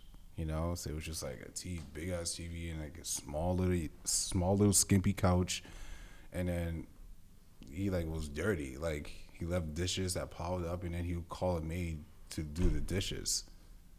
And I was like, I'm like that is so lazy. Like like that is beyond lazy. So I was in my room, decided that of course like trading was my only option. I had to go stupid hard. I was in there drinking Bang energy drinks in the dark, 24/7, no sunlight coming into my room, on my computer that I still have from my sophomore year, and I was going in on the whole swipe trades trial. Listening to Drake, by the way. Yeah, listening to Drake. I was bumping Drake. I was like, it kind of sounds depressing, honestly. Like, the only friend and enjoyment that I had was a puppy that wanted to jump on my bed. So that was the only enjoyment when I was living in Mesa. And I'm like, wow. I had to really think to myself, damn, this is really rock bottom. Felt kind of lonely or what? Yeah, I was lonely because I wasn't socializing. The only thing I was able to socialize is just like, everyone that I was like on the chat, but like I couldn't tell anyone my fucking situation. I felt so fucking embarrassed. Mm-hmm. Like I'm over here giving out all these trades and I'm not even living to the lifestyle. Mm-hmm. I honestly felt like I was the biggest capper of all time. The dude that knows how to trade, but then wasn't even taking his own trade ideas. So I was like, wow, man. Like I used to walk down to the Walmart there and just get all like the groceries that I need and walk back in the fucking blazing hot ass sun. So like I was giving whatever money that I could give to my mom, which I really needed more. Like, like rent was coming up. I was like, fuck, man, I need to make money, this and that. Bank account went overdraft. I'm like, fuck. I was like, damn, I gotta start, looking for people that want to find value, that want to invest, right? Like, so people start paying me for signals. And I started doing that while I was giving out all the trades for IML. First platform, the first week, I smashed it, right? Second week, I smashed it. And that's when my brother came and was like, yo, bro, like, what's happening, bro? I couldn't go to the gym because my roommate sold his car for a damn motorcycle. I'm like, bro, I'm not riding bitch. I'm 6'4", bro. Like, you can catch me faded before even attempt to ride that. So I'm like, all right, so the gym is out my way. And I'm like, fuck, bro. Like, I worked so hard for my gains. Like, like I was going crazy. I was drinking Bang energy drinks. And it was just like, it's not healthy because Bang energy drinks was getting me wired. I felt like an energized bunny with no damn AA batteries in my back. Right. So I was just like eating salads, just trying to do whatever. I honestly felt like I was living in jail in Mesa. I was doing push-ups. I was doing dips. I couldn't work on legs because all I knew is what I knew. I was doing dips and push-ups. So shoulders were developed in Mesa. Yeah, so shoulders was developing amazing, I was able to walk through my door and be like, boom, all right, solid, right? So solid, right? So after that, when my brother saw me and one of the guys on my team was able to take me to like at least an EOS, which that was my gym membership, to at least work out one time, and I did, and it felt good. My brother had to come and get me and work out, and And he was just like, bro, like, you could just live with me. Like, you know, like, you could stay on the couch. And I'm like, I can't stand seeing you like this. You don't even look happy. And I didn't. I wasn't happy. Like, I was fucking frustrated. You know, like, I wasn't making the money that I should be making. Like, I'm out here working to be on the damn swap trades trial. Like, it was ridiculous, you know? So after that, I did that. I moved in. I was like, I made up the dumbass excuse, you know. The roommate, you know, had his girl fucking in the bathroom. Was the same bathroom that I was using. So I'm like, man, this is so disrespectful, man. like I don't even know if they even clean after themselves. Cause that's how like dirtiness of a concern that was a problem for me. I was like, cause I'm a big hygiene guy. Like, you know, like I can't live with people in my surroundings that's dirty. Like, it's just like, it's like, like that's what, you know? Right. How to give them the, you know, the fucking, you know, the Desmond Howard, you know, the Heisman. So like, get out of here. Like, it was bad. So, you know, I moved in and made a super excuse saying that my mom needs me, like, you know, like, and he really wanted me to stay. Like, I'm like, bro, because no one else wants to live there, to be honest. Yeah. So, you know firsthand why? Mm-hmm. Moved out there. I was living with my brothers with 6 dudes in a Tempe house. That was probably the most worst experience. I swear Tempe was like right there behind. So wait, you went from worse to even worse than that? Yeah, worse to even worse. Because now I was leaving from having my own room, a bed, now having to stay on the couch. Mind you, I have no car still. No car. I'm relying, you know, using my brother's car. I have my license, but no car. So I wasn't typically a full bum yet. So, So, literally living with 6 dudes, right? I literally watched them not take out the trash. The floor started getting really dirty, like from white to like this color brown. We had pots that started getting molded in the sink. No one was washing dishes. People ate out more than they even cooked. They left all their shit on the counter. And I used to tell my brother, I'm like, yo, my brother's was probably the most cleanest room in that entire house. I witnessed dudes take a shit and not wipe their ass. That's disgusting. Use the guest bathroom with man pee drops. Like, it was like a zone that you could never bring a girl to the crib, like, ever. And I'm surprised one of the roommates was still able to. And I'm like, yo. So you're running all blue zone while living in the I'm running all dirt all zone. blue zone, giving out signals, doing all the live sessions. That's when I actually started mentoring for $150, right? I never thought I'll ever get to the point that I'm going to be starting mentoring. I started mentoring for $150. People cash at me, and that's how I was able to like to pay and have money in my pocket, right? This is when I was bulking up, going to the gym in the Tempe EOS. I was getting big. I was eating, you know, ground beef and eggs on repeat. Like, protein. I put ground beef and eggs, put it in a burrito. That's my gains, you know? So I did that for all my 6 meals, like pasta and shit like that, right?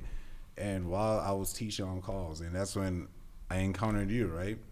Well, on the calls, I'm like, yo, who the fuck is this Michael dude, man? Like, I was like, this guy is so involved and trying to ask all questions and shit. So I'm like, damn. I'm like, all right, I like this dude. So and we had Zoom calls from London to New York session every day. All my roommates, they were looking, they were like, yo, Ken is doing that trading thing down there, like this and that. And I overheard them talking about, yo, I can't wait to get this big ass mansion, whatever. Mind you, one of the dudes had a print setup in the garage and never utilized it for 6 months that they were living in there. All he did was Uber Eats, you know, give me Johnny Rockets, like never cooked out of that whole 6 months period. Never. I've never witnessed anything like that. I'm like, that is so fucking unhealthy. Yeah. Like, not even a can of noodles.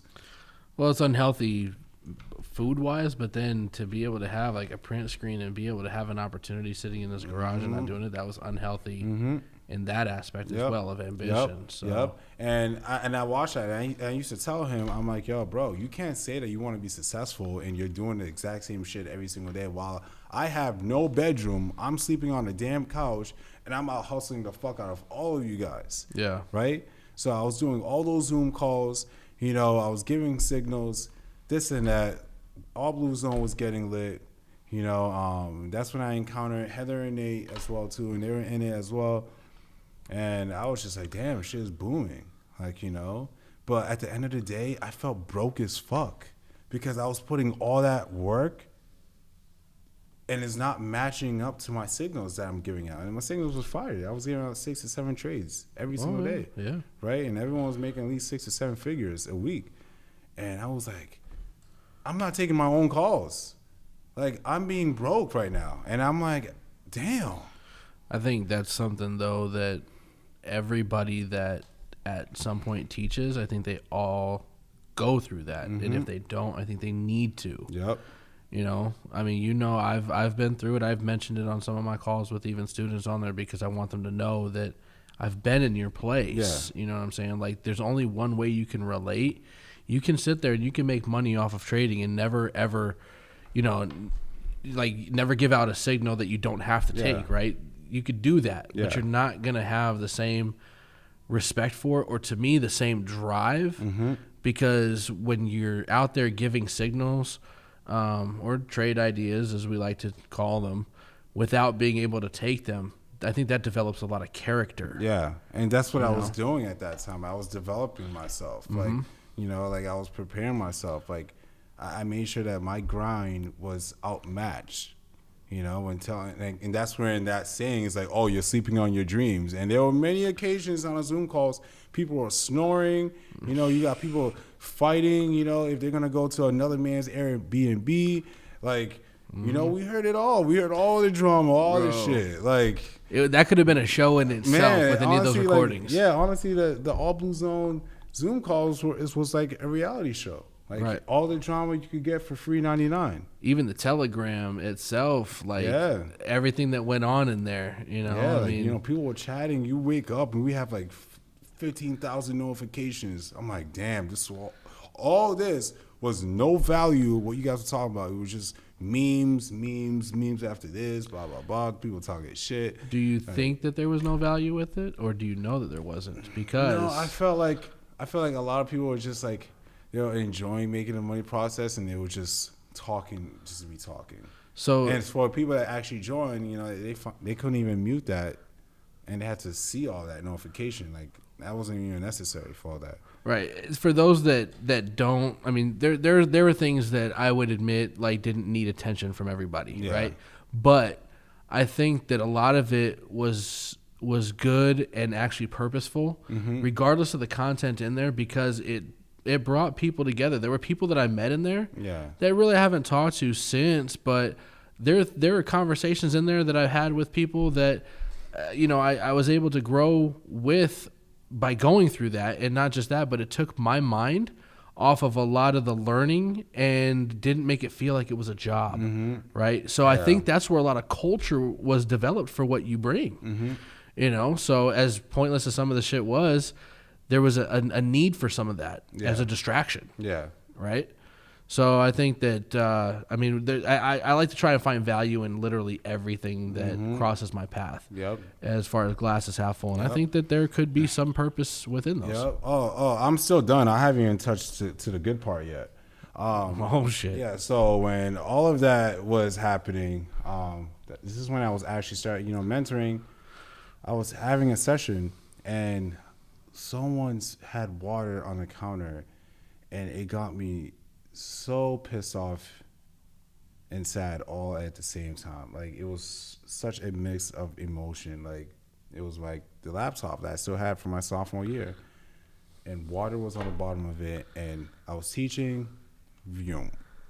just went dead, couldn't even restart it, tried to put it in rice, nothing. So I'm like, fuck. So now I gotta use rice, right? Give me a great big bowl of rice. Right? So I had to use the the less of amount of money that I barely had to go to a pawn shop to get a MacBook, and there was one for like I think it was like $860.85. Don't ask me how to remember that. No, I already know how you remember that. So I got that. And they was able to do like a whole payment plan for it. I was like, yo, I need a computer really, really, really bad. And it's a computer that I gotten that my brother still has now. Really? Yeah. That's cool. Yeah. So it's crazy. Like when you hold through your journey, you still have the components that made you so much and taught you so much, right? Mm-hmm. So got that new MacBook. I was ready to roll. I was rocking, and I started giving out more fire signals than ever, you know. And that was at that point that the house situation ended. Right, 6 months was done. The house was so completely turned upside down. Me and my brother had to move out. It was done. Everyone had to, move on their separate ways. They're over here thinking that they're going to get their security deposit back. I'm like, no. You know the most laziest shit that happened? One of the roommates had all the molded pots still in the sink. Instead of washing them, he threw it all away. I'm like, yo, you really that ungrateful, you know that? Like, and it was other roommates' silverware. So you're that lazy, you use their silverware and you did not like. Man, you a whole different breed, my guy. Like, So we did that. We ended up moving back to my mom's house for a couple weeks. Mind you, I still have no car, right? I have no car in AZ. That's physically impossible, right? Mm-hmm. So I'm using my mom, this and that. I was using my mom's going to, this is when we're establishing. This is when I was going through the whole issue with IML, right? And being on the platform, didn't like it, whatever, of the back and forth, and it was just like lack of communication. Decided, I'm like, yo, look, I'm on the fence right now. I have a great amount of community that I've built, people that trust me, people I was giving out calls and know that I do this shit, like, and I had a big heart to really impact people's lives. So I did that, and, I'm not gonna say his name, but like, he calls me and he's like, yo, like, I heard that you're trying to take all these people away. I'm like, look, that's not the case. Like, I am, entitled to make a decision if I find value where I could take my talents to. Like, I'm not getting appreciated. I have people that was on the platform before me. He told me I'm in it low key, but clearly I'm not. So I had to make the move that I felt like it was better for me. So this is the move that I completely fucked up. And I didn't even tell you this until you knew down the road after. Mm-hmm. So went down. I think it was what is that restaurant? It's like it's Oli Healthy. It was like Jungle something. Peter Jungle? Yeah, Peter Jungle in Tempe, right? Mm-hmm. So I go to Peter Jungle in Tempe, and met up with who, mm-hmm. and sat down, and that was a crucial decision that I needed to maybe rock with IML and be on Swipe Trades and just dead this shit, or create my own academy and provide the value of the masses of people that do believe in me. So the deal was, you could have 75% of the company, we'll take 25. I was feeling so overwhelmed that day. I was like, nah, you guys believe in me. I want you guys to all make money with me. And that is where I fucked up. So I established my first company, not knowing anything when it coming to creating a company, not knowing anything about creating a bank account, LLC, EIN number, all of that. I knew nothing. But you put me with a fucking computer, you best believe I'm printing out money. Like, that's all right. I knew. That's all I knew, right? Uh-huh. And I was good at it. So I did that. I signed. I went home and told my mom. Man, my mom felt so disgusted. Like, she was like, why did you not tell me this? Like, why would you agree knowing that you're going to put in all the work? And I was like, they believe in me. But it's like, and that's when I realized, I'm like, damn, I did fuck up. I was like. So from the get-go, you realized that? Yeah, from the get-go. And ever since then, like we our first month, we killed it, 89K in sales, and then as the company started to grow, there was so much like drama starting to build. Like when the money started to come in, the two people were acting weird, like creating a whole GoFund account, posting on social media when you got to pay for the educators, having queries with students and queries with the people that was actually in the company working about paying them out. So it was just so much shady shit that I realized that I knew the moment that I signed that equal percentage with those business partners is the moment that I need to save every dime of every trade that I participated in to make sure that becomes my insurance policy. Like if this shit goes sideways, I'm ready. If I want to start a new academy, I have money, whatever, I could just keep on trading or do my own thing, right? So I did that, and you saw all the drama. You're the person I complained to. I'm like, I feel like you're like the normal dude that understood, and I was just like, damn, like so much fucking drama, like all this like money, you disrespecting people, you guys are a reflection of me, I am the damn face of this damn company, etc. And then it was just more drama after more drama after more drama, and it got to the point I'm like, yo, I'm done. I'm sick and tired of it. And then I told myself, once I get to that dumb time, that's it. And then that's when, we got the office there. It wasn't even really an office. He just paid to just have a workspace. And it was like, yeah, we got an office. This dude put his name on the bank account names, which I had a major concern. And you were there as well, too. Like, I was like, yo, you had to put it on the company's name. Why is it on your name? This is sketchy as fuck. Like, you're not the company. Like, even my mom even told me about it. Like, when they had a whole intro video with freaking Nate coming in off the BMW, like he's like the fucking CEO. I'm like, bro, no, you're not. You're so irrelevant. You ain't shit. Like, right? So, and they told me that I'm always the face of the company. So, like, how are you making the face of the company and then you getting a person that did a horrible job? It had nothing to do with trading. Derek saw that shit, and he said, this shit's fucking trash. He was like, what the fuck? This has nothing to do with trading at all. It showed one screen of an empty floor. Well, there's a lot of things that I think could have been done before, but looking at it again, let's take it so like I was taking it in like this is my first company, like I was noting all the trials and errors, what works, what doesn't work, going forward. If I do start to create another company, I know what to do. I know what the expectations are. I know how to set the bar. I know how much of the work ethic that has to go involving with it. So I did that. I was noting. I was paying attention. I was being observant, just seeing how everything is, and everything just played out perfectly. All the drama, paying people out, having concerns. The website updates was trash. The content, I couldn't even like truly believe in the content because it wasn't well done. It was rushed. We rushed into a company that made so much money. Yeah. And if it wasn't for me of creating a whole community, we would have been fucked because we got hit with the whole lawsuit before the company even started, right? And that was like $25K wasted for no reason. I had people in IML had to be put in a group Telegram chat to harass me so they could shut me out. Mind you, I'm only one person, right, that could trade, and you guys were worried about me, about one individual that she was going to lose her whole entire team to launch. Well, and to me, that just shows to me that you were viewed as a threat. Yeah, straight up. That's all it was. Yeah, and that's how I took it. I'm like, wow. So all that stuff that happened was panic moves. Yeah, it seems yeah. like. So all I took it was like, damn, like. That just shows me that I'm good at what I do then, So I took that as motivation and it gave me motivation. I mean, yeah, I say motivation twice. Yeah, it gave me motivation, right?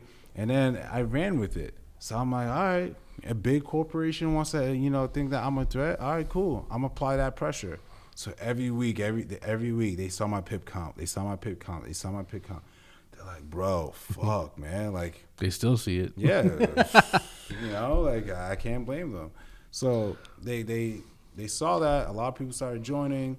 this and that. They're like, yo, Ken, you're the man. People refer me as the GOAT, and I'm like, no, I'm not the GOAT. I'm just a regular person, guys. Like, honestly, like, every time we had a payout percentage-wise, I was putting it into my other bank account and saving it until it finally hit January, right? That's when it really got nasty. Everyone was, being petty. People they want to get paid. Educators weren't being satisfied, and knowing that educators weren't even doing shit. I was doing all the work. I was giving all the signals. I was doing all this sessions. So I'm like, why the fuck do I need any of you guys? I'm talking about 6 people, and I'm out trading and out grinding all of you combined. You guys could be the next Power Ranger mega shit. The Zord, right? And still I'll beat you. Like, so I was like, nah. So and at that time, around that time, that's when just by chance I was asked to do first day of school because the person who was supposed to do it couldn't stay with it. Yep. Right? Yep. So I'm like, all right, cool. I'll do that. Well, first day of school turned into, can you do a session? You know what I'm saying? And I'm like, wait a minute. I'm only 6 months into this. Like, you sure you want somebody like that? You know what I mean? And so, yeah, I mean, that's through the whole, the first go round. And I mean, that literally only lasted a month before it was like, all right, now it's really grind time. Yeah. And then I had to deal with a situation where I had to be a grown-ass man sitting another grown-ass man dealing with another grown-ass man situation. Right. So I'm like, yo, I got to hit the gym. This is a waste of time. Like, I don't know why we're even talking about this shit, right? So that was a major concern. Finding out my business partner moving into the same place that I'm living in, but on the 3rd floor. Knowing that you're not a trader. You're only here because we are equal percentage of the company. So you're using that money to pay for rent that's almost $3,000 a month. Like, you're not in the level that I'm at. I could trade, like, really, and be fine. The company money, I don't even touch the company's money. You touch the company's money because you need the company's money. You've never hold capital like that. So it was very weird, and it's like something that I couldn't even shake off. I'm like, yo, that is so weird. Like, and then he was like, yeah, man, I'm so excited. I've always dreamed of living here. I'm like, wow. I'm like, you are not humble at all. Like, you are just money driven, will do anything it takes for clout. So he was like, yo, I'm going to go to Z Gallery. I'm like, bro, Z Gallery is expensive. Yeah, it's like fucking $5,000 for a couch. Yeah, like, bro, I'm like, you don't. Yeah, I'm like, yo, look, you don't got Z Gallery money. Like, he tried to be all bougie, like this and that. Z Gallery, I'm going to Ashley Furniture. Yeah, he's like trying to be, he trying to live. $12,000 for a TV stand. Yeah, I'm good. Crazy. I'm good. So he over here trying to live the life, whatever, this and that. You got this girl trying to live the life. Try to talk to the educators and say like, oh yeah, we're gonna pay you at the end of the month. Then, boom, the next day you're driving a Mercedes Benz. Who does that reflect bad on? Me, right? Who's everyone gonna come to? Me, right? So it was building all that tension on Blue Capital FX. Blue Capital FX caused so much drama, so much unnecessary bullshit, right? So it came to the point, I'm like, yo, I'm tired. Like, I'm outworking everybody. I'm losing sleep for these people. I was like, man, I have all my money saved up. Like, if I ended this shit, I'm good. So we end up getting the office that was there that we were using, acting a fool. And mind you, that it wasn't even an office. You just paid like a $400 because you could have like come here and pay only $400 a month and give you one key card. And that's what we're doing. We're abusing it. And we're like, oh, getting the emails that we're going to get kicked out. No. Well, yeah, because, everybody, you'd have to leave, come downstairs, let somebody in the door because nobody can get into that. And then shit. this is when they find out about this location that they were building industrious here. And then, oh, yeah, looking it's pretty dope. And then we end up getting a spot, like, up there. So I remember it like it was yesterday. I was all dressed up, ready to teach. Me too. Yeah, I was sitting right there. Yeah, you sitting right there, ready to teach. We had some good amount of people here, this and that. I see this girl coming up to me, like almost like next to me, like by the dicks. And she was like, oh, okay, Ken, I see you trying to be all like my hype man and shit. I'm like, yo, chill, relax. So, and my brother was like, yo, she's so extra, bro. I was like, so I just ignored it. Come in, went upstairs, and, you know, this dude was up there, like, on the computer, like, supposedly he's grinding. Dude never grind. We found out everything. Derek ended up telling me everything that he was been doing. Like, dude woke up late and not responding to people, and that was his role. But you wanted people to meet on your time and grind, like, I'm like, you had no sense of work ethic, right? And it played out. It showed. So Heather was like, oh, yeah, I know you can. Like, is something bothering you? I'm like, no, I'm fine. And I gave the exact face I'm giving you right now. I was like, I'm fine. She's like, no, I think something's wrong with you. I'm like, no, I'm pretty good, Mike, you know. So went downstairs, and then nothing was good. I was tight. But I was keeping my composure, yeah. So I know. So I was teaching.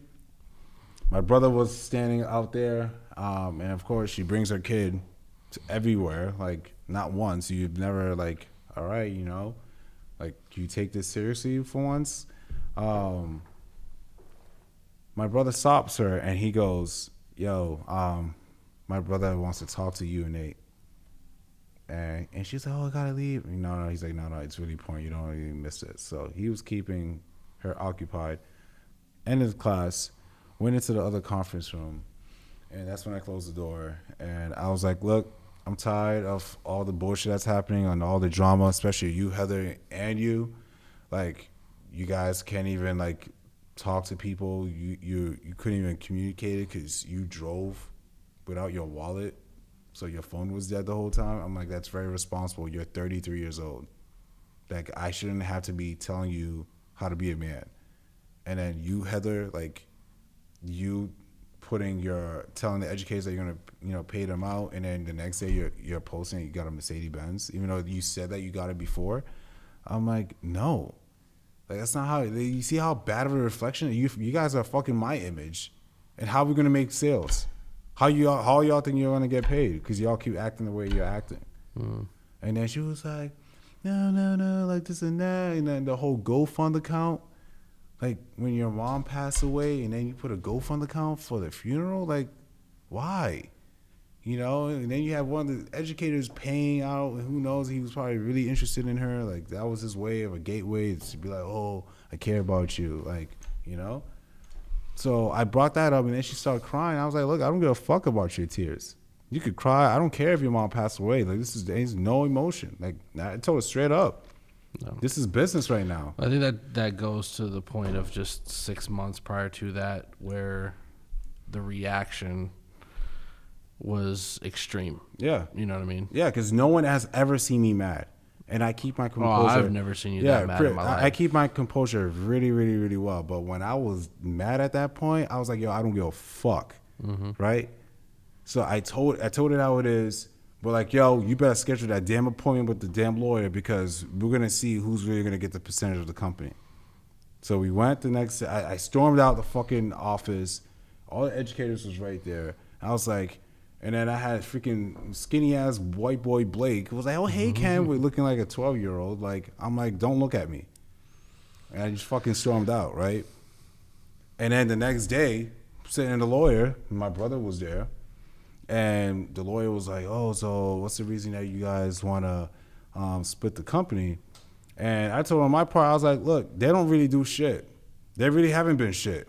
I'm the whole entire company, you know? And I want a complete 100%. And he was like, oh, why you guys want to split? You guys want to do like a 5%, like, you know, loyalty, whatever? And they said no. I'm like, so y'all don't want to take 5% of a company that's growing very fast? I'm like, are you guys retarded or something? Like, for not doing anything? Like, this is not your company yet. This is me. Right. You know? So why be a part of, why want to continue to hold on to something? They felt like that was their way of defeating me. I'm like, y'all really forgot that I trade. Like, I can make the capital. Like, I think y'all really got that comfortable. Like, right? because of the equal percentage of the company. That didn't mean shit to me. So they lied. The lawyer asks them, he's like, could you guys run the company without Ken? My brother bursts out laughing. I burst out laughing because it was hysterical. It was funny as fuck. I'm like, y'all really gonna sit here and lie and say y'all could run a company without me? So who you gonna get that's gonna give out signals like I do? Who? Right. When the whole videos of the academy is my face. Who? What, you're gonna replace all the videos? You don't think the people are gonna notice what happened? You think they're gonna stay? You guys never ever show your faces. They ain't gonna rock with you. I say one word on IG, hey, we out. Everyone's coming and canceling. Good luck with all those fucking chargebacks. I'll tell them, charge back the fuck out of your account. And they're fucked. So either way, if you wanted to run, that's it. It was game over. Well, I even remember that time because you and I were working on that. And I thought it was, because it was a business decision, but I remember for 2.5 hours I sat there refunding people. Yeah. I was like, immediately after that whole meeting, I was like, yo, this dude said that he wanted to say that he built the website with his own hands. Last time I checked, everything is digital. Well, not just that, but I would consider that plagiarism if somebody else helped. Yeah, I'm not going to say this guy's name, but down the road, we found out what he really wasn't doing anything. Yeah. So such a waste of time. So that happened, left, supposed to dissolve the company, and then this dude had the cojones, their fucking balls, to send a mass email to every student. We had almost about 660 students saying, oh, yo, Blue Capital FX is going to be shutting down. It was a good run. I hope you guys learn how to trade. Bye. That is not the type of message I would ever even send to an email because I'm very I would say everything straight up to your face. Yeah, you would have done a live or something like that if that were the case. And so I had to go on a live. I had no choice because now it's like, you guys are fucking with my credibility now. So I had to go on live and address what happened, without saying names. And this is what happened, dealing with bad, horrible business partners that are only money hungry and only care for themselves. Right? So, and that's when, I was telling you, we're trying to refund everyone that signed up for that month of January. And we had a lot. Yeah, and that could have been all chargebacks. It could have resided on somebody else's shoulders. The bank account was not even on my name. It was to only a certain extent. It got down to at least $10K, and then that's when he took my name out the bank account. Yeah. So I couldn't even log in and see any credentials. People are messaging me, hey, I didn't get a refund back. I'm like, look, I did what I could do at that given time. I had no access and control of the account, and whoever that got refunded. So, I apologize for any of the stuff that has happened, but it was so out of my control. Yeah, it was. If I can speak on it, just from my experience, it wasn't. It was an emotional move. I feel like. Yeah. It could have went a whole lot better. It could have went a whole lot more professional. Yeah, way more professional. Yeah, it was not professional at all, and I feel like I was the youngest out of the group, and I had to be very more again, being put in a leader's role. It was just like, wow. I do think though that the individuals that were on the back end handled it as best as we could, because what ended up happening that night? Yes, Slack was shut off, the website was shut off. Boy, I can't tell you how long I was answering DMs. It started at 8 p.m. and I didn't get done until 4 a.m. Right, and I was only one person that was being DM'd, and I wasn't even the big person. Yeah, but with that whole situation, that was the month that I made the biggest ever. Yeah. That's when I hit 700K in that month of December, and then January hit, and then that's when all that bullshit happened, thinking that they could run the company without me. So, send a whole mass emails. And I was just like, wow, so this is what it is, whatever. All right, cool. So we did the best we can. I was like, yo, I hit up Derek. I'm like, yo, I need all the information. He's not touching any of the content, blah, blah, blah.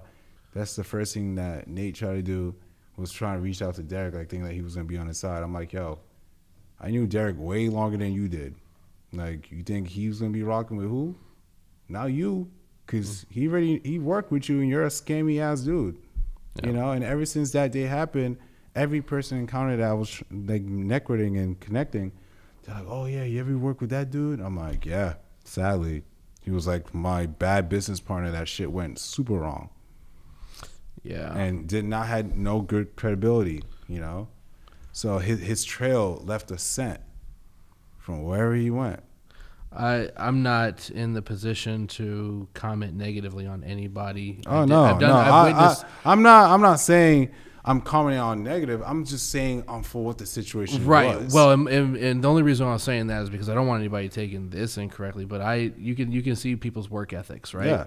And there were times that I had to do certain payouts or certain actions. That was not what And you I'm should like, be doing. I'm like, wait a minute. That wasn't your thing. Like it took 7 hours one night to do one spreadsheet that had like 15 people on it. And I'm like, you got to be kidding me. Yeah. Right. And then to hear other individuals showing up at his front door talking about, yo, you need to fucking pay me because you haven't paid me in, X amount of days. Like, oh, I'll get to it later. Like, that's to me all signs. Like, I saw those things as well. There were things that happened on your end that were a little bit deeper. Yeah. But I got to see things as well. Like there were things, if you like, to me, if you're gonna be sloppy, be sloppy, but cover it up. Mm-hmm.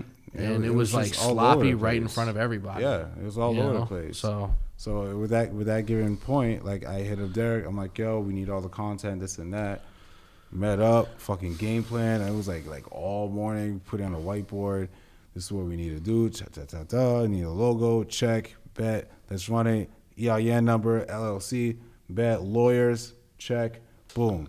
End up spending almost about like $25,000. We had a meeting about establishing the roles if we're gonna have the educators being on it, and it was like, yeah, we agreed for a payout. But then we had one individual that felt like he's entitled to get a position when I'm like, look, I'm starting this from the ground up. I don't need you as a position. You know, I had so much wrong people. Then when it went from the first 2 months, even third month, I had to cut everyone out. Like, you guys are a waste of my time. I'm paying you guys for what? To have a name saying educator on the damn website? I'm like, no. The only person that's gonna be staying was you, and you rocked through all that bullshit and dealing with, the person I want to throw shade low key, and the person that was handling our emails low key, paying him way more than he should be when he was even still fucking up, and then he eventually was gone. So it was back to just me, you during the grind, and we just kept going. We had literally starting a company where I struggled so fucking bad. Like, it was so bad of hard work. Like, people think like running a company was so fucking easy. Like, it was not easy. Because I was trading, I was doing all the sessions, I was giving all the damn trade ideas, and I was losing sleep. And I never complained once, right? So when I was doing that, we having people, I think we got up to at least the month of June. We had so many damn cancellations, bro. yeah, no, I remember that. I had at least like 160 people canceled, and We got down to like 30 people. yeah, we got down to 30 people, right? 30 people in our new company, right? Mm-hmm. We had to go through Stripe issues 3 fucking times. Payment processors, a pain in the ass. Looking for a payment processor, pain in the ass. We had to revert to PayPal. Like, people are getting charged, and even though they canceled, and still getting charged. Yeah. So, and then they think that we're fucking finessing them. So, like, we had a bad rep. I'm like, fuck. Like, how am I gonna build this shit up again? Like, am I gonna have to give out like 30 trades and let word of mouth take care of course? Or should I just say fuck it and be like, that was that month of July. Yeah, I was like, fuck it. Should I continue Blue Capital Academy at this point? Because the first company was great. I had a great momentum. I had great sales. Closed out 240K.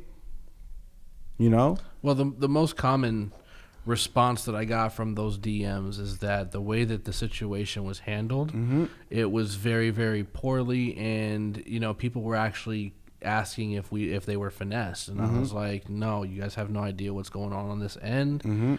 I wasn't free to speak about it because I wasn't involved in it, and you guys had everything going on where you were meeting with lawyers, this, that, and the other. So, it was just like, well, give them enough information to understand that they're not being finessed, but also the big question was, how do we maintain the reputation that at least the individuals that are still around actually have? Yeah. So by going from, what was it, 660 plus, I think when you guys first did the Blue Capital Academy, he got it up and within a week. We're doing everything here and everything's going quickly.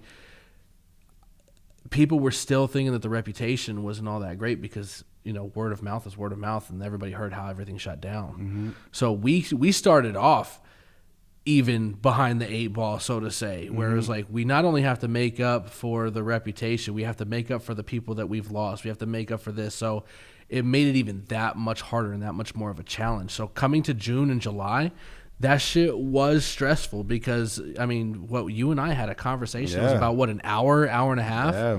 Where I was at that point, man. I was to the point, too, when I was like, look, if this is what you want to do, I'm not going to talk you out of it, because you put in, it's financially yours. Yeah, I couldn't even pay everything. I couldn't even pay out Derek. I'm like, bro, like, at this point, I already put in, like, good amount of my own damn capital. Right. Like, I'm like, yo, like, I can't put myself in the hole now. Like, because, like, damn, like, I already taken a hit of losing the first company. I've talked to you. We had our conversation. I talked to Derek. And Derek was like, yo, like, this is your first company, man. Like, shit's going to happen. Yeah, like, it's a roller coaster ride. This is what entrepreneur looks like. And for everyone that thinks, well, entrepreneur is, like, so easy, you could slap that shit into your bio, it's like, no. If you're not truly investing with big capital and owning your own company, don't say you're an entrepreneur. If you're part of an MLM, don't say you're an entrepreneur. You're not. And that's just the real fact is that, because like I was dealing with a real ass company at the time. I was dealing with a lot of slander at the time. I was dealing with a lot of people like, oh damn, my stopwatch was getting hit. I was teaching people that we only had like 20 people in a session. We had like 30 people. I had 9. I had an average of like 9 We had 30 people after 100 and something cancellations, right? Did I almost want to give up? Hell yeah, I did. For all the fucking bullshit I had to go through. Like, yeah, I was just tired. I was tired of giving out value to people. I was tired of people just fucking ungrateful. Like, I was tired of people just like, oh, I'm a fucking ATM machine. Like, oh, we went out doing a London session. Oh, what? Like, damn. Right. I was getting hit from left and right, left and right, left and right. So I'm like, I'm not going to be putting myself in when I don't need to prove myself to anyone that I could trade. Right. But that was that 1 week that I hit another 100K and they thought I was fucking asleep. Right? So when I hit that, pip count started going up again. Right? Being consistent, slaying, raping the market, up and down, consistently. And then the numbers started coming back again. I had a talk with my mom almost about giving up. And she was like, no, don't give up. Like, you made it this far. Like, I'm proud of you. Well, I'm glad she was the one that. Yeah, like, said so that. I was like, you know what? Fuck this shit. You know what? I'm gonna make the impossible very possible. Because in my entire life, I've always had to prove everyone. Every single time. So I was like, okay, this is not going to stop. This is just who I am. Right? So I kept doing it. And you're like, bro, like, I don't know how you're doing it. So when you were going through all that within June and July, with everything, Bro, I hit a rock bottom in July. So like, in summarizing all those trials and tribulations that you had been from, even going through foreclosures and the foreclosure, I couldn't even pay my own fucking rent. Right. When I was in a relationship at that time, I had to ask my girl to help me pay my rent for the July. I couldn't even barely pay Derek. Right. I'm like, damn, I'm fucking in a hole right now. Like, I never felt so depressed in my entire life after providing the model value of life and sacrifice that I had to do to help everybody, to going on extra hours on sessions, to waking up with no fucking alarm clock and just going to the damn computer.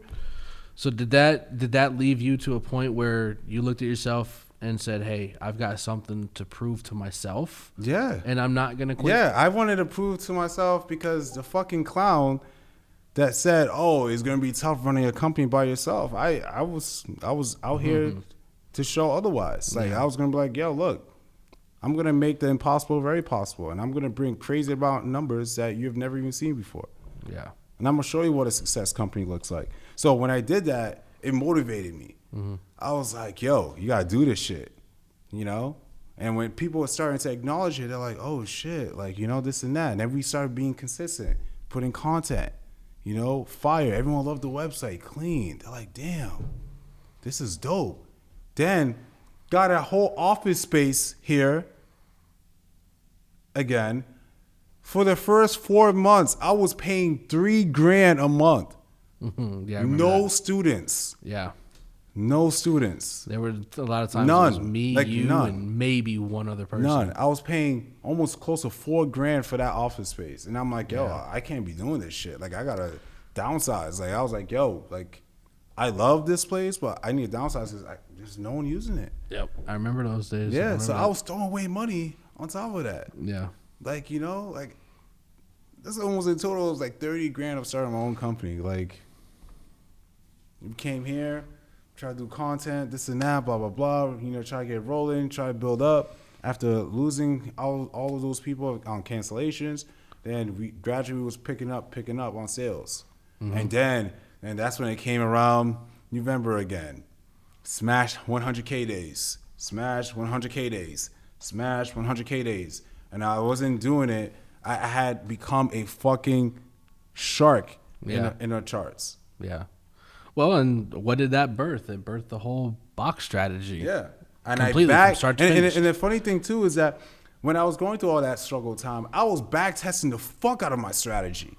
Like I was trying to find ways how I could make trading so simple for the average person and execute.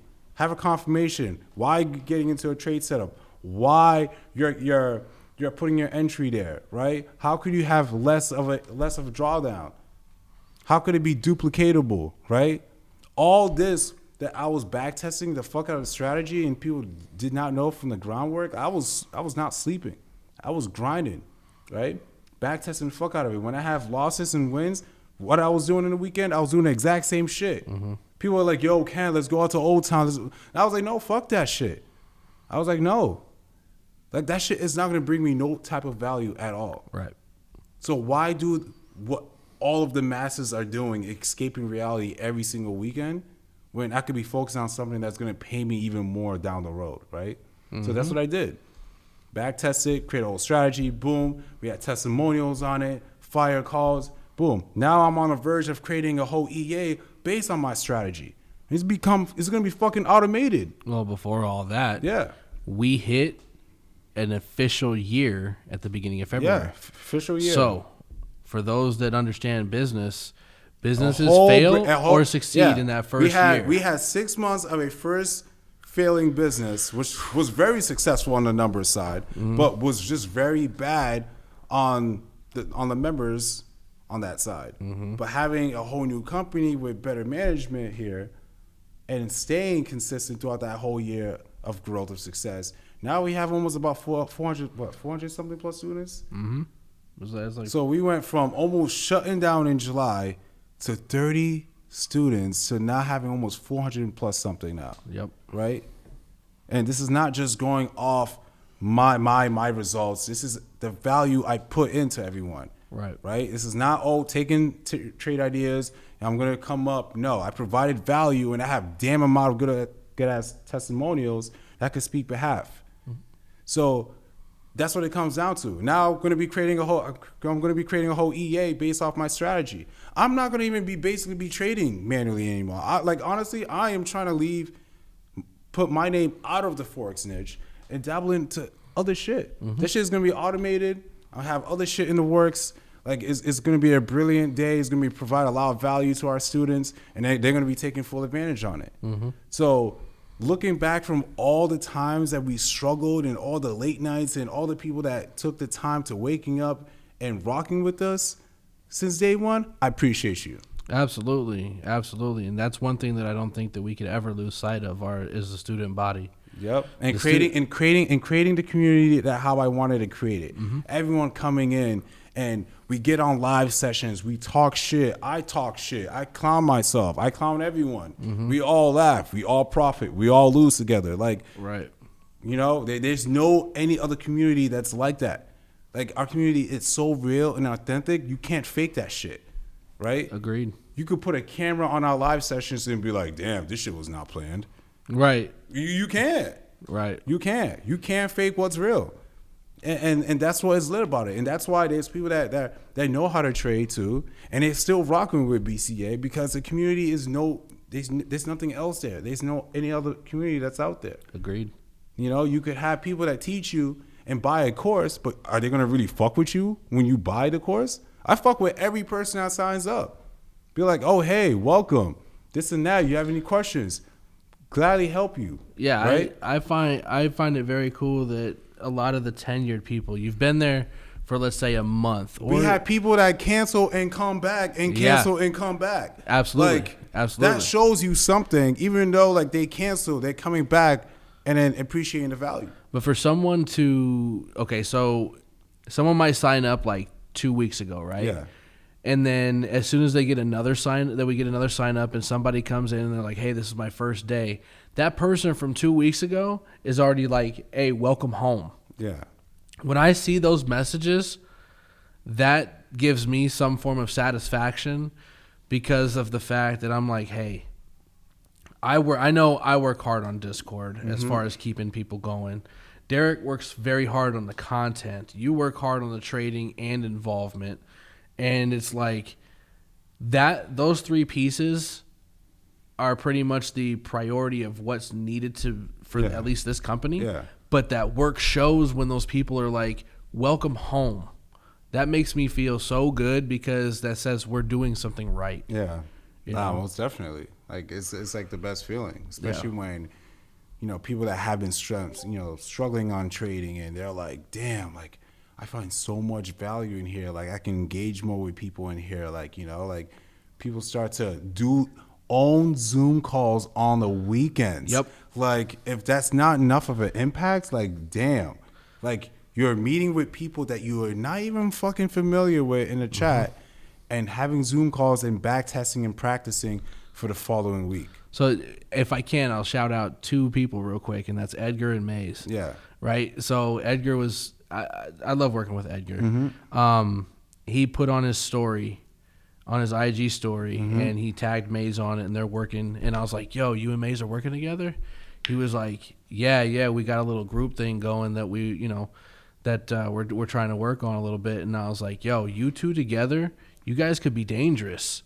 Because I see the ambition that they both have, right? And, I mean, Maze comes with a lot of Forex knowledge. Edgar's becoming very successful, so it's like... Maze has been messaging me since, like, the beginning of Blue Cap. And yeah, I love working with that guy. Yeah, I came up with the, releasing the box strategy to everyone. He was just like, bro, like, yo, like, you're an inspiration. I'm like, look, I don't want you to feel like I'm an inspiration. Like, I want you to be the inspiration that you could be better for tomorrow, for yourself. Like, like I've accomplished what I've able to accomplish, just due to what I had set in stone. So this is your turn. Like, like I don't want anyone to take this as motivation. I want you to absorb what I went through and the trials and tribulations and motivate yourself. Create your own motivation. Yeah. Like, like I have my own motivation, like everyone should be able to create their own motivation to get out of your own situation. Right. Because at the end of the day, you're the key to your own engine. It's either you want to start it or you could just let it sit there. It's up to you. But like, we always communicating. It's always that, that consistent feedback. And then he finally joined and he's like, man, oh man, like the community you really have established, it's like, wow, like, And to see, though, that people vibe like that, that are like, hey, I don't know you from a hole in the wall, but let's work, right? That is, like I said, that's extremely satisfaction, like an extreme satisfaction to me because it started with this platform, right? who would have known if those two would have ever come together outside of the Blue Capital platform? Yeah, it's creating more connections within connections. And this is why I say whenever you're Blue Capital for life, right? Mm-hmm. Because you're family. You know, you're giving us the opportunity to give you value, and however you take that and reciprocate it is completely up to you. Mm-hmm. You know, but we're gonna go as hard as we can for them. Yeah, you know, and that's it. Every day in, day out. Like my brother has witnessed it. Mm-hmm. You know, I wake up, boom. He's like, damn. Like he saw what I do throughout the whole week. Waking up, doing London, and then sometimes doing New York, and then do it all over again, working out at the gym. It was a funny, I think it's actually happened last week. He went to the gym, this and that. He knocked out straight to the bed. And he's like, damn, this is what you do every fucking week? I was like, yep. Bruh. And it's like, yeah. you see why I don't do anything on the weekends. It's because I'm out working there's a reason why I have a poster in my apartment. It says outwork everyone. Mm-hmm. I want to outwork everyone, you know? So then towards the end, it becomes, wow, okay, now I could rest. The week is done. We'll resume next week. Yeah, yeah. So right? I think we're going on almost 2 hours here. This is gonna be a long one. But very, very valuable. Yeah. So if you don't even need to edit anything. It's just like straight upload. Like, boom, put it on there. Put it on there. Who cares? So from the start point to where you were at this very, very moment is what 11:42 at night, right? Yeah. Tuesday, April 28th. Tuesday. Yeah, the live. I have saved like 2 lives so far. That's how long we've been doing this. So, I mean, reflecting on all that. Yeah, reflecting. And not dwelling in any of it, but looking to where you're at today. Summarizing everything to where maybe just a couple points. What do you see in the next year? Okay. I'm not saying 5 years, 10 years. No, what the next year? From initially how everything got started and to now. So I found everything really, really motivating through my mom. She was my greatest vehicle, everything, striveful. Right. Seeing the trials and tribulations that she went through made me become a better leader. You know, made me become to adapt tough situations. Made me become to learn to accept that I have to make a decision that might be tough currently, but long term, seeing the bigger picture as always, to be a better version, to set a tone for people, you know, to embracing losses when it comes to trades and not being emotion. Like I literally had to reprogram my mindset so I could sharpen for any obstacle that comes in my entire life. If I lose 70K, you were there. You know who I talked to? Was you. And what did I do? I was smiling. I was like, damn, man, I blew 70K. Bro, we were on the next call the next night talking about, I'm making it back to 70K that I lost yesterday. What? And then the next day, up almost like 30K. Like, you know, like I have no emotion when it comes to making money, losing money. It's all the exact same thing. My wins is equal to my losses. If you don't have that perception when it comes to trading, then that's going to be very difficult. You're going to be so emotional every single time you lose. I get emotion, the same reaction when I have my losses. So that's the reason why I have that killer instinct when I'm on the charts. If I take an L, great. Guess what? I have a short-term memory. I'm focusing on the next move. And looking from how I was in the past, I wasn't as strong as I am now. I wasn't strong mentally there. You know, I was, you know, emotions, you know, like worrying about being broke, caring about what other people think. Like, you know, I couldn't even get at a bad girl. You know, because my bank situation wasn't looking right. Right. You know, I wasn't taking care of myself. I was a very skinny kid. Like, I had no muscles, nothing. And then when I continued to work on myself, going to the gym, health is being my wealth, getting my bank account big and beefy, right? Now I'm able to attract to people with my intelligence rather than what I was in the past, right? I'll let my intelligence speak, not just because, I hit the gym, I make a lot of money. No, I want to kill you with value every single day. Like I'm learning every single day with applied knowledge. So it could help to the masses of people to become better peoples in lives. You know, I don't care about the money. Money comes and goes. That's easy. Anyone you could develop and sharpen a person to be a hustler, cool. But you can't take morals from people and character away. You can't. Right. That's something that's been established and being built throughout the years.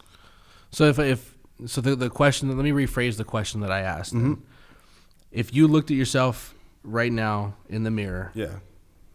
we've seen where you've come. We know where you've come from and how you've developed and progressed over the span of the past almost 12, 10, 11 years, right? Mm-hmm. What is the next thing you want to work on for yourself? Like what is it that's like, hey, I'm talking to Ken, I've done all this, I still need to work on this.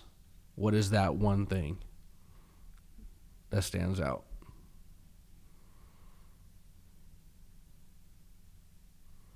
Honestly, I would say is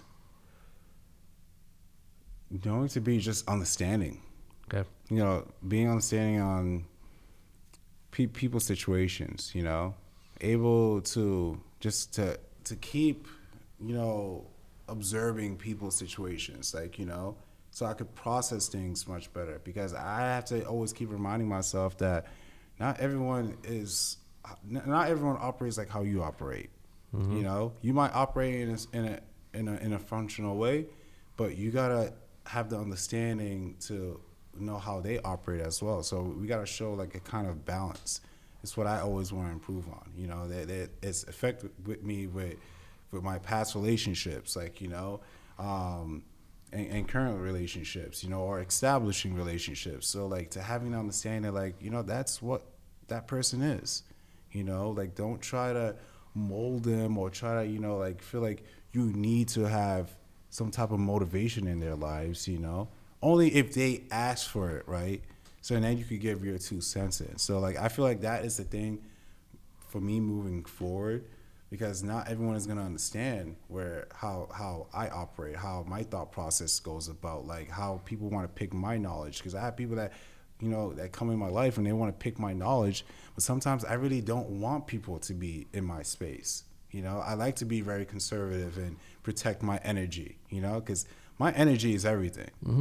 So I'd rather be in a nice space where I could be like, all right, this is what it is, but moving forward, we'll definitely be understanding and people's situations and keep learning. I'm not going to just be content and just because of what I've accomplished, and that means I'm just settling now. Right. We don't want to settle. We Yeah, always want to be better. There's always going to be self-growth that I want to keep challenging myself, because I'm not looking to be chasing perfection, but I'm looking to be the better version that I was yesterday.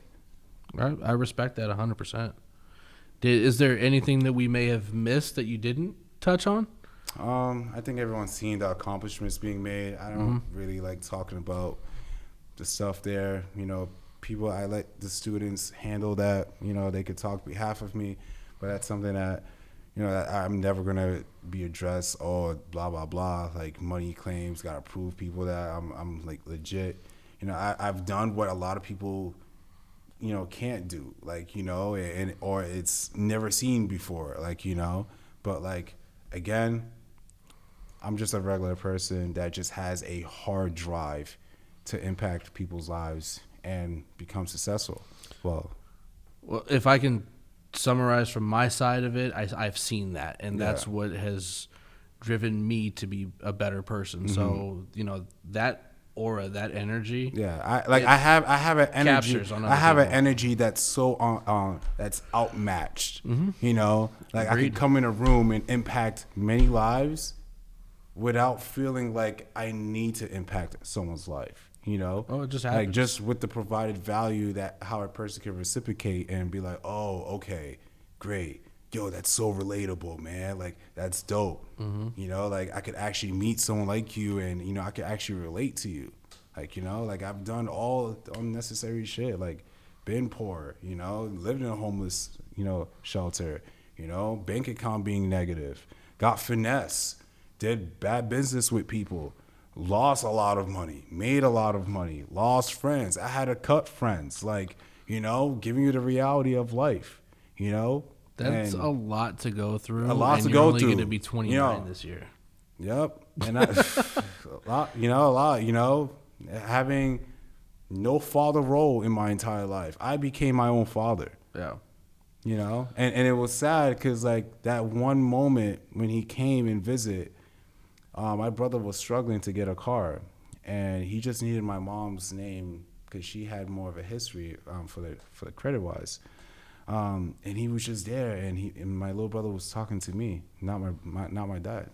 My dad wanted to lecture him, saying, "Oh, why is he not in school?" I'm like, "Yo, look, you really can't say anything.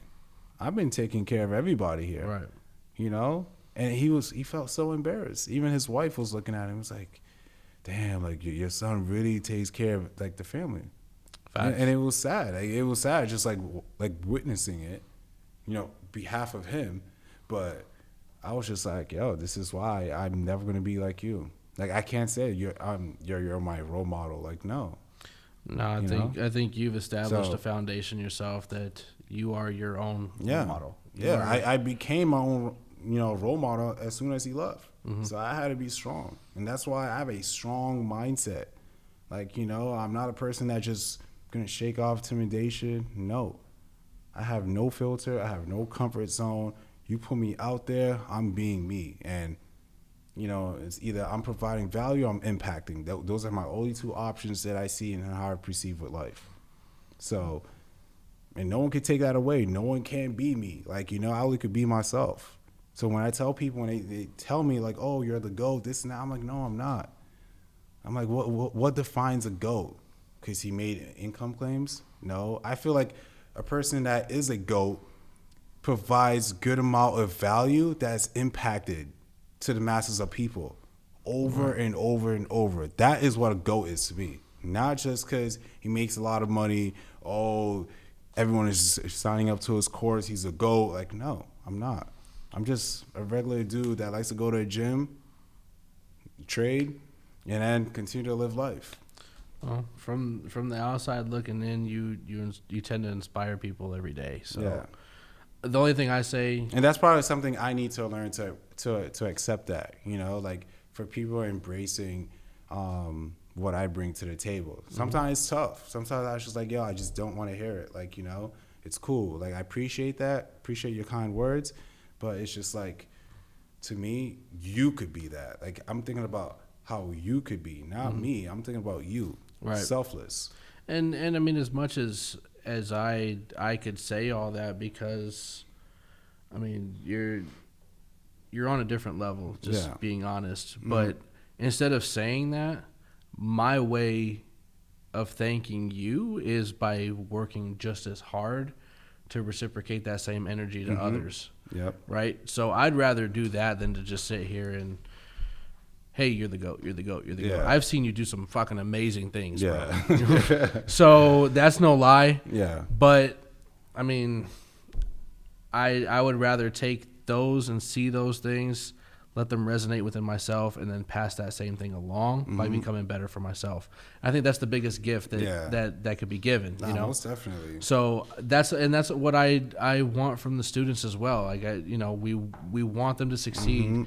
Take those things that we talk about, become knowledgeable, do the right things, become successful, and let me see your success rather than tell me that hey, your class was fire tonight. Yeah. Right? Yeah. I appreciate that. Yeah, Take that knowledge and make use of it. Yeah. I'm like, yo, like the academy is very affordable. And the reason why I go hard on the sessions is because I want you to utilize what you're spending on. I don't want you to come in here and thinking that it's just like another course. Right. And then you're just going to be like, oh, it didn't work out for me. It's like, it's either you didn't work or you didn't value the course for how cheap it is.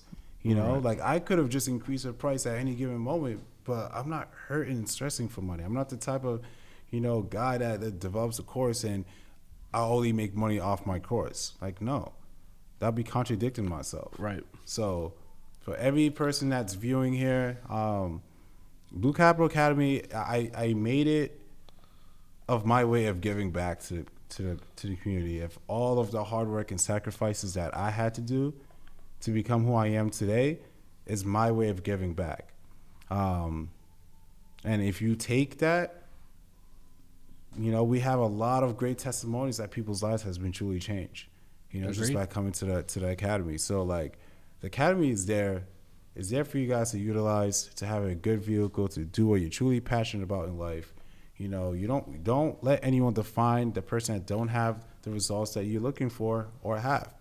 Go to the people that you want to have a certain lifestyle that could actually speak behalf of it or hold accountable for it, you know? So, like, go to people that you know that's actually going to, be on your corner.